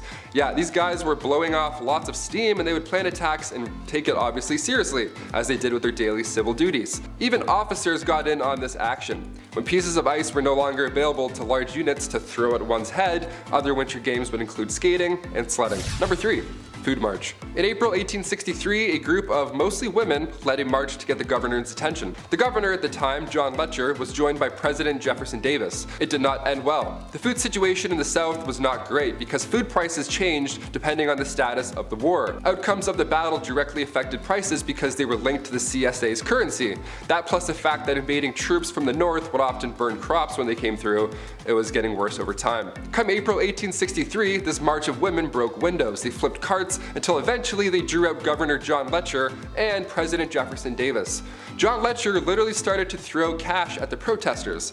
Now, they still didn't stop, obviously, that didn't solve problems. It was so bad that the militia almost had to open fire. Number 2. The alligator. I mentioned soldiers and hot air balloons, so I must mention the United States Navy's first submarine. How fun. This 47-foot long submarine that was paddle powered, yep, you heard me, paddle powered, so you'd be inside and you would do this. We can't call it the USS Alligator because they technically didn't see any active days of combat. In fact, the Alligator, that's what I'll call it, had to be cut loose on its first mission. It was being towed behind the USS Sumter on April 2nd, 1863, right off North Carolina when bad weather hit. The Alligator went down and we haven't found it since. It's still out there. The alligator is still lurking out there. Only a few months after this new weapon went down, the Confederate States of America launched their own sub, the H.L. Huntley, and it sank the USS Housatonic near the coast of Charleston, officially marking the first time a submarine sank an enemy ship. It also immediately sank afterwards, taking the lives of 8 crewmen, so even in victory, you're not safe. They made history but only enjoyed it for minutes. This is all tragic. Number 1. The wage gap. Hundreds of women joined the Civil War and they did so by looking like men. Yeah, they would pull a she's the man and get to work. But the thing is, like I mentioned before, with the CSA's currency being affected by the status of the war, soldiers were getting $13 a month roughly. That's double what a woman could make anywhere on the planet, so they really had no choice but to join. This was long before women's suffrage, so if they thought you were a man, you could use that $13 how you wanted. So it comes to no surprise that women would keep this disguise even after the war ended. In 1909, the US Army officially denied that any woman was ever enlisted in the military service of the United States as a member of any organization of the regular or volunteer army at any time during the period of the Civil War. During the Civil War, though, that was the first time in American history when women all came together in a war effort. Thousands of women from the North and South volunteered as nurses. Number 10 is the Pet Patrol. Do you guys remember the scene in Disney's Aladdin where he steals a piece of fruit and miraculously evades capture? Well, in real ancient Egypt, our prince wouldn't have stood a chance as police police in Egypt used baboons to catch thieves. Incredibly intelligent, these animals were able to be trained, which paired with their speed and ability to jump to places that are difficult for humans to reach, made them the perfect crime fighters. Baboons could also easily remember the face of any thief, as they are ranked 3rd in the animal world for their memory. So don't go relying on any luck to get away with anything. Outside of their police duties, they were treated incredibly kindly, but trained to participate in picking fruit, making beer, and even dancing. Baboons were so beloved by Egyptians that some mummies were later found to have tattoos of baboons on their bodies. In ancient Egyptian mythology, baboons are best known for their association with Thoth, the god of wisdom. However, they were linked to many other gods as well. Definitely nothing like Babu in Aladdin. But wait, did I say tattoo? Well, being inked up is no modern phenomena. Number 9 is tatted up tuts. Egyptians join indigenous, Nordic, African, and many other cultures of having a history of tattooing. Now, Egyptian tattooing was bizarre just because it was exclusive to only women. By tattooing in public regions of the body, the tattoos were intended to permanently mark the woman's association with religious worship, or on the flip side, they could also be used to symbolize the lower class and the mark of a dancing girl or a prostitute. That's what also makes it so bizarre. We can't really figure out why it was only women, what they meant, or what they symbolized beyond the vague generalization I just gave you. Tattooed mummies dating back to the 11th century dynasty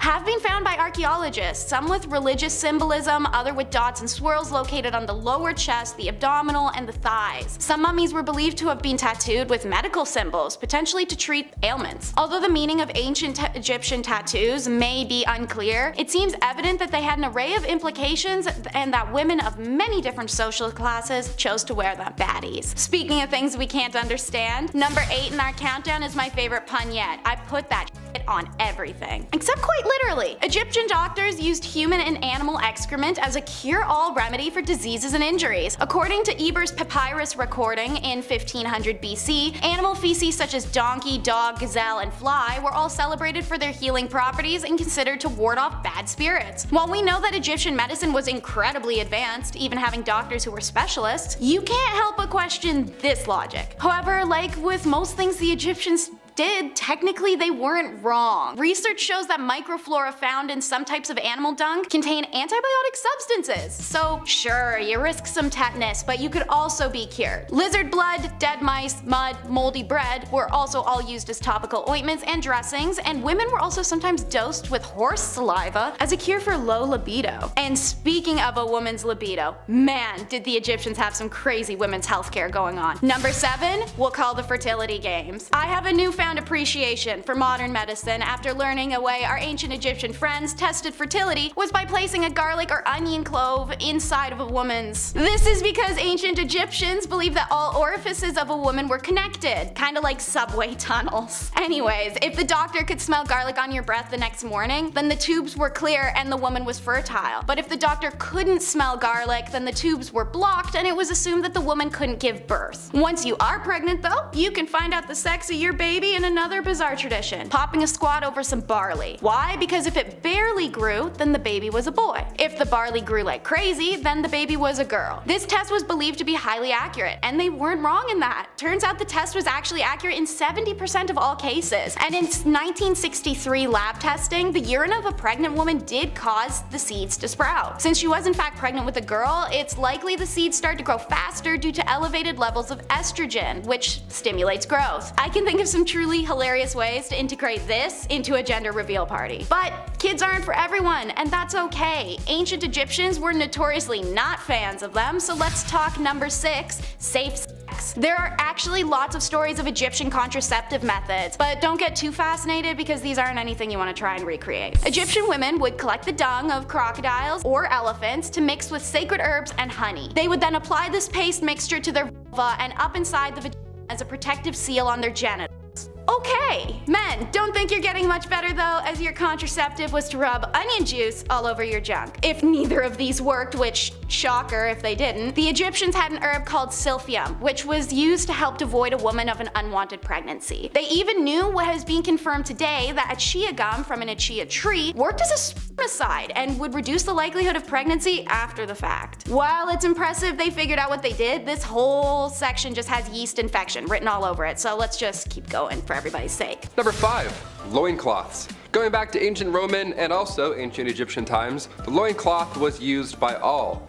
Either that or you would just be naked. I found this neat step-by-step online on how to make your own loincloth, because that's apparently what I do on my free time. Thank you for asking. And it's a bit more complicated than I thought. It's way more complicated than just throwing on sweatpants or even, the towel folds like a toga. This had numerous steps. We don't have a lot of archaeological evidence because these linens barely made it through a decade, let alone all this time, but ancient Romans would use leather to make underwear. That's a fun little fact right there. Hot goat skin wrapped around your waist in the hot sun. We love it. We still use leather today when it comes to undergarments, but I'll let Adam tell you about that one another time. That's more of an at-home one. Number 4, food as medicine. Trying to prevent bad things before they happen, it is a very human skill to have. And when it comes to preventative medicine, the Egyptians had some methods. One more obvious solution is diet. Eating the right stuff truly does help lead to a longer life, but eating the specific right stuff can directly prevent certain issues. As a prime example, the laborers that would build the massive iconic structures we know Egypt for today were kept fed with diets that include a lot of onion, garlic, and radishes. Now, I don't know if the ancient Egyptians knew the chemicals these foods contained, or if they just put 2 and 2 together, but onions, garlic, and radishes contain why did I do this to myself? Contain allistatin, allicin, and raffinine, which are very helpful when it comes to preventing diseases in the super crowded working and living conditions the laborers existed in. That allicin really helps. Another example would be to cure night blindness. In these circumstances, doctors fed their patients powdered liver, which is rich in vitamin A, which is a vital nutrient for vision. Again, I don't know if they knew it contained that specific thing, or if they were just like, I ate liver and I can see better.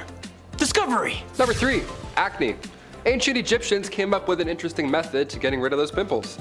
Now, this was long before Dr. Pimple Popper was ever a thing, and physicians back then discussed pimples as such. Ready for this?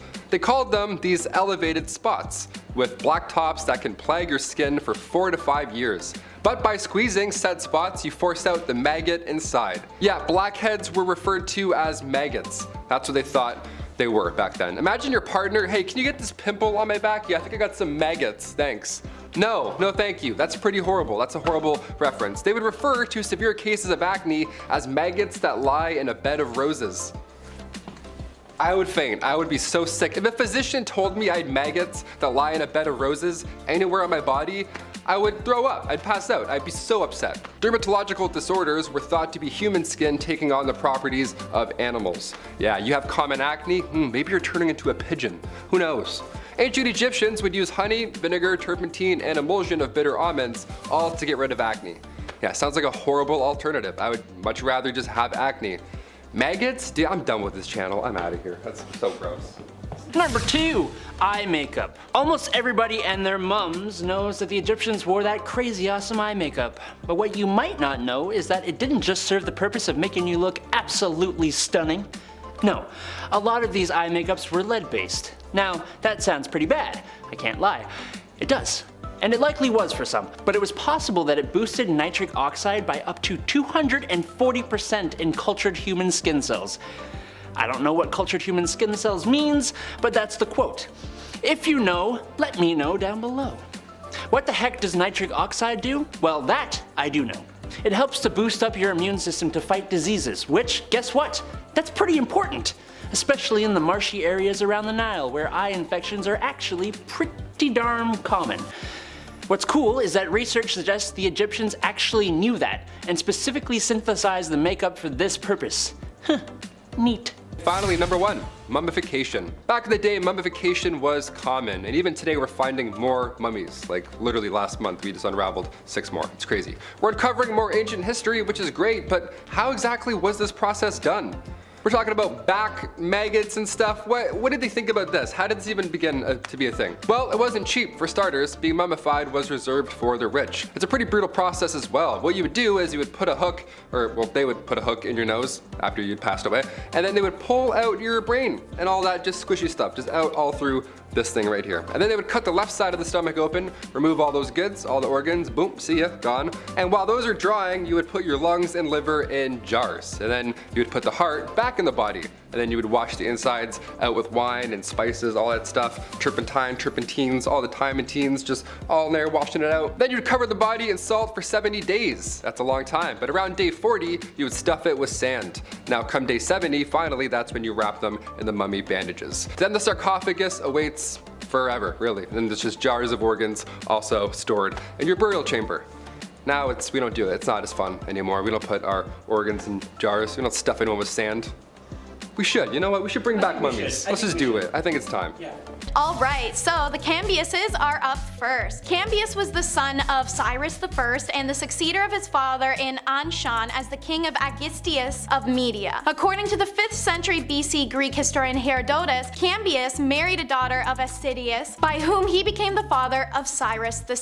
Cambyses II, aka Cyrus II, performed the ritual duties of the Babylonian king at the important New Year festival of 538 and of 530. Before Cyrus set out on his last campaign, he was appointed the regent in Babylon. That campaign was the conquest of Egypt, planned by Cyrus, and was a major achievement of Cambyses' reign once captured. This is the lunatic who liked to torture animals for entertainment and notoriously killed the Apis bull to torment the Greeks who worshipped it. Cambyses was traveling through Syria on his way back to Persia when he first heard reports of a revolt there, and then he died mysteriously in Syria in the summer of 522, either by his own hand or as the result of an accident. This is one of the few Persian families to have held the throne, the Xerxes line. First we have the granddaddy Xerxes I, or the Great as titled by the 5th Persian king. He was the son of Darius the Great, and his reign lasted from 486 BC to 465 BC. He's well known in history for his attempted invasion of Greece and how later in the same year he was defeated in the Battle of Salamis, which led him to flee his own kingdom. He's known as both a Persian ruler and a pharaoh, as when he ruled Egypt, it was also part of the Persian Empire. Little is known about the last years of Xerxes' life. After his reversal in Greece, he withdrew into himself and allowed himself to be drawn into his harem intrigues, in which he was, in fact, only a pawn. Thus, he disposed of his brother's entire family at the demand of the queen. He was assassinated by his own commander of the royal bodyguard forces. Another son, Artaxerxes I, succeeded in retaining power. Artaxerxes I was given the throne by the commander of the guard, Artabanus, who had killed Xerxes. It's fine though, cause Xerxes Jr. got his daddy's lick back when he kills Arta about a month later. His reign, though generally peaceful, was disturbed by several insurrections, the first of which was the revolt of his brother. During his reign, Artaxerxes completed the Hall of 100 Columns at Persepolis, rebuilt the palace of Darius I at Susa after a fire, and Artaxerxes died of natural causes in 424 BCE, having ensured a peaceful succession by naming Xerxes II his legitimate heir. Xerxes II reigned for only a little over a month, however, before he was assassinated.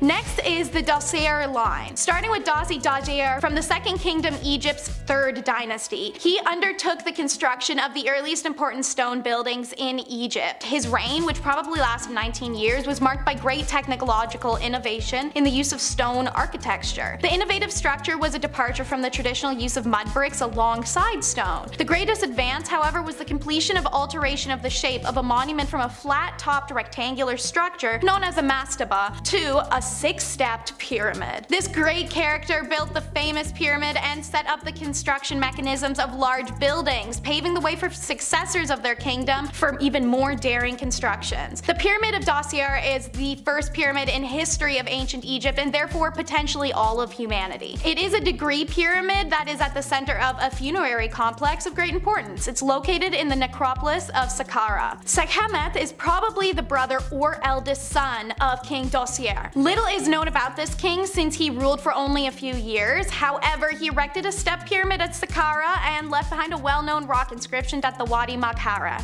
No Pep in his servant steps for sure, it's Pepi. So, Pepi the First kills the game. He does a great job ruling Egypt. He initiated the policy of intensive penetration of Nubia, south of the First Nile Cataract. Inscriptions record journeys southward early in his reign, and fragments of vessels bearing the king's name were excavated in Karma. Meanwhile, Pepi II is the longest running Egyptian monarch, surviving 94 years on the throne. He's also believed to be the youngest ruler ever in Egyptian history. Pepi II was the son of Pepe I, obviously, and was born late into his father's reign. While he was still very young, he succeeded his half-brother Merene, who died at an early age. His mother served as regent for a number of years, and the old group of officials serving the royal family maintained the kingdom's stability. During the first half of his rule, he brought prosperity and grandeur to Egypt. Second half? Nowhere close. You see a sharp decline of the Old Kingdom as economic disarray is caused by him virtually having no oversight. Powerful provincial nobles drew talent away from the capital, and because of the unusually long reign of the king, Egypt had a senile ruler when it needed vigorous leadership. Those of Pepi's children who survived him had brief ephemeral reigns and failed to cope with the political and economic crisis that arose as the 6th dynasty ended. His tomb may be more famous than he is. Menkaures. His tomb, the Pyramid of Menkaure, is one of 3 pyramids of Giza, alongside his statue triads that show the king together with his wives and various deities. It's the smallest of the 3 main pyramids of Giza, just 62 meters tall, but has one of the most complex and best preserved structures. He had 2 wives, both are his sisters naturally, and they didn't have much luck with sons at first. 3 in total and 1 daughter. At his death, his successor, his son, Shafashkek, completed the stonework walls of the mortuary temple in brick.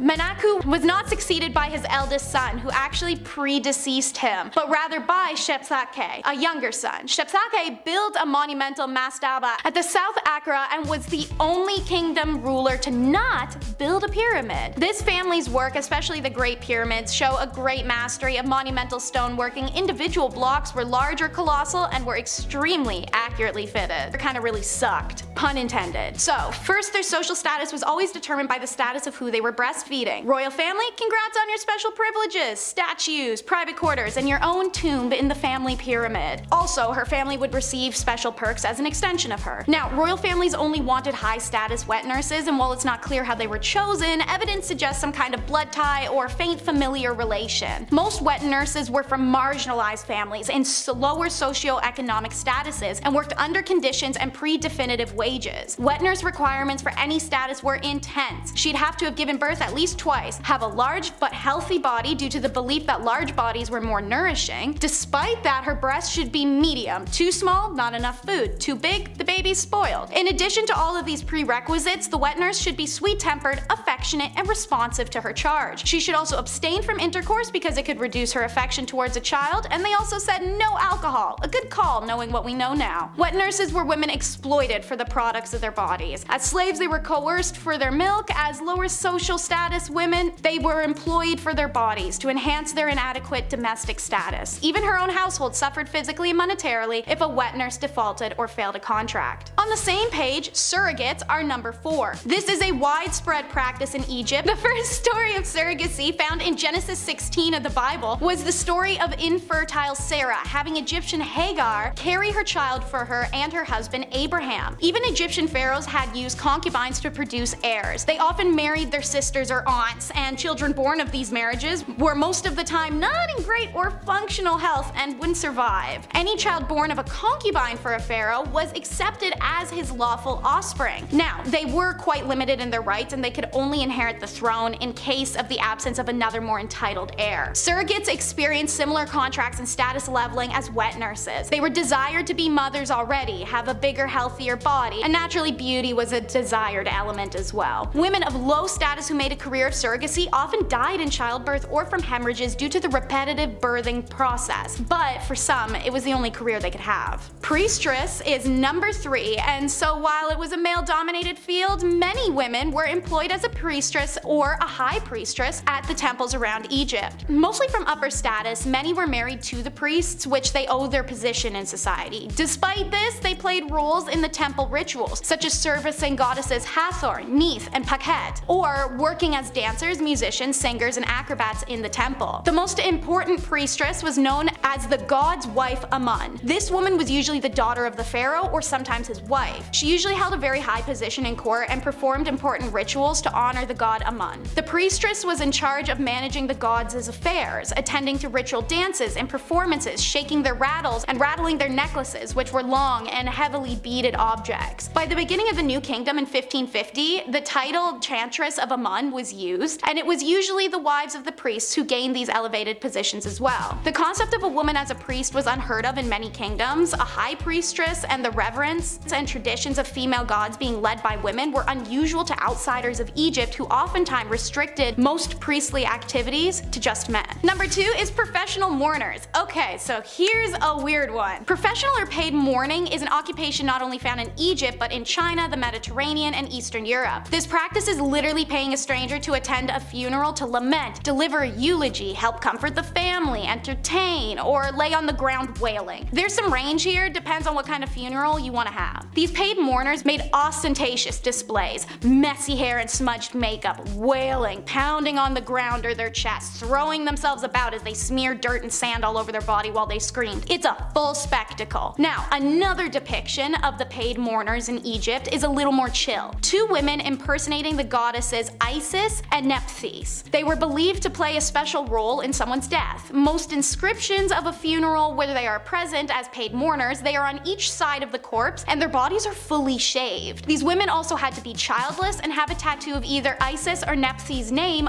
on their shoulder. Most evidence of professional mourning is seen in pyramids and tomb inscriptions, such as women holding their bodies dramatically in sorrow, braced over a casket with tears flowing. If you were a theater kid, this was definitely the type of job for you. And number 1, it's the female physician. Egypt is a difficult one with historians. There's been a lot of largely ignored discoveries due to the opinions of those who found them. The evidence of women in ancient Egyptian medical fields is part of that because, as it turns out, their physicians were actually primarily women. Evidence shows women in the medical profession going back into early dynastic period Egypt when Merit Ptah was the royal court's chief physician in 2700 BCE. She was the first female doctor known in world history, but there is another unnamed female physician who is listed to be the head of the Temple Neith Medical School in 3000 BCE, so maybe not. But either way, the first female doctor was in ancient Egypt. Women were highly respected throughout Egypt's history, and many of their goddesses represented facets of health. Neith has been associated with the invention of birth, and Hathor represents fertility. 4 deities associated with healing are Heka, Sekhmet, Serket, and Nefertum, which are all female. So, bizarre claims you may have heard that no women are involved in Egyptian medicine don't accord with the values of their civilization, which were incredibly equitable. By this reasoning, there were no women involved in anything of note anywhere in the world until the modern era, because history books make no mention of their contributions. But it's all up to say.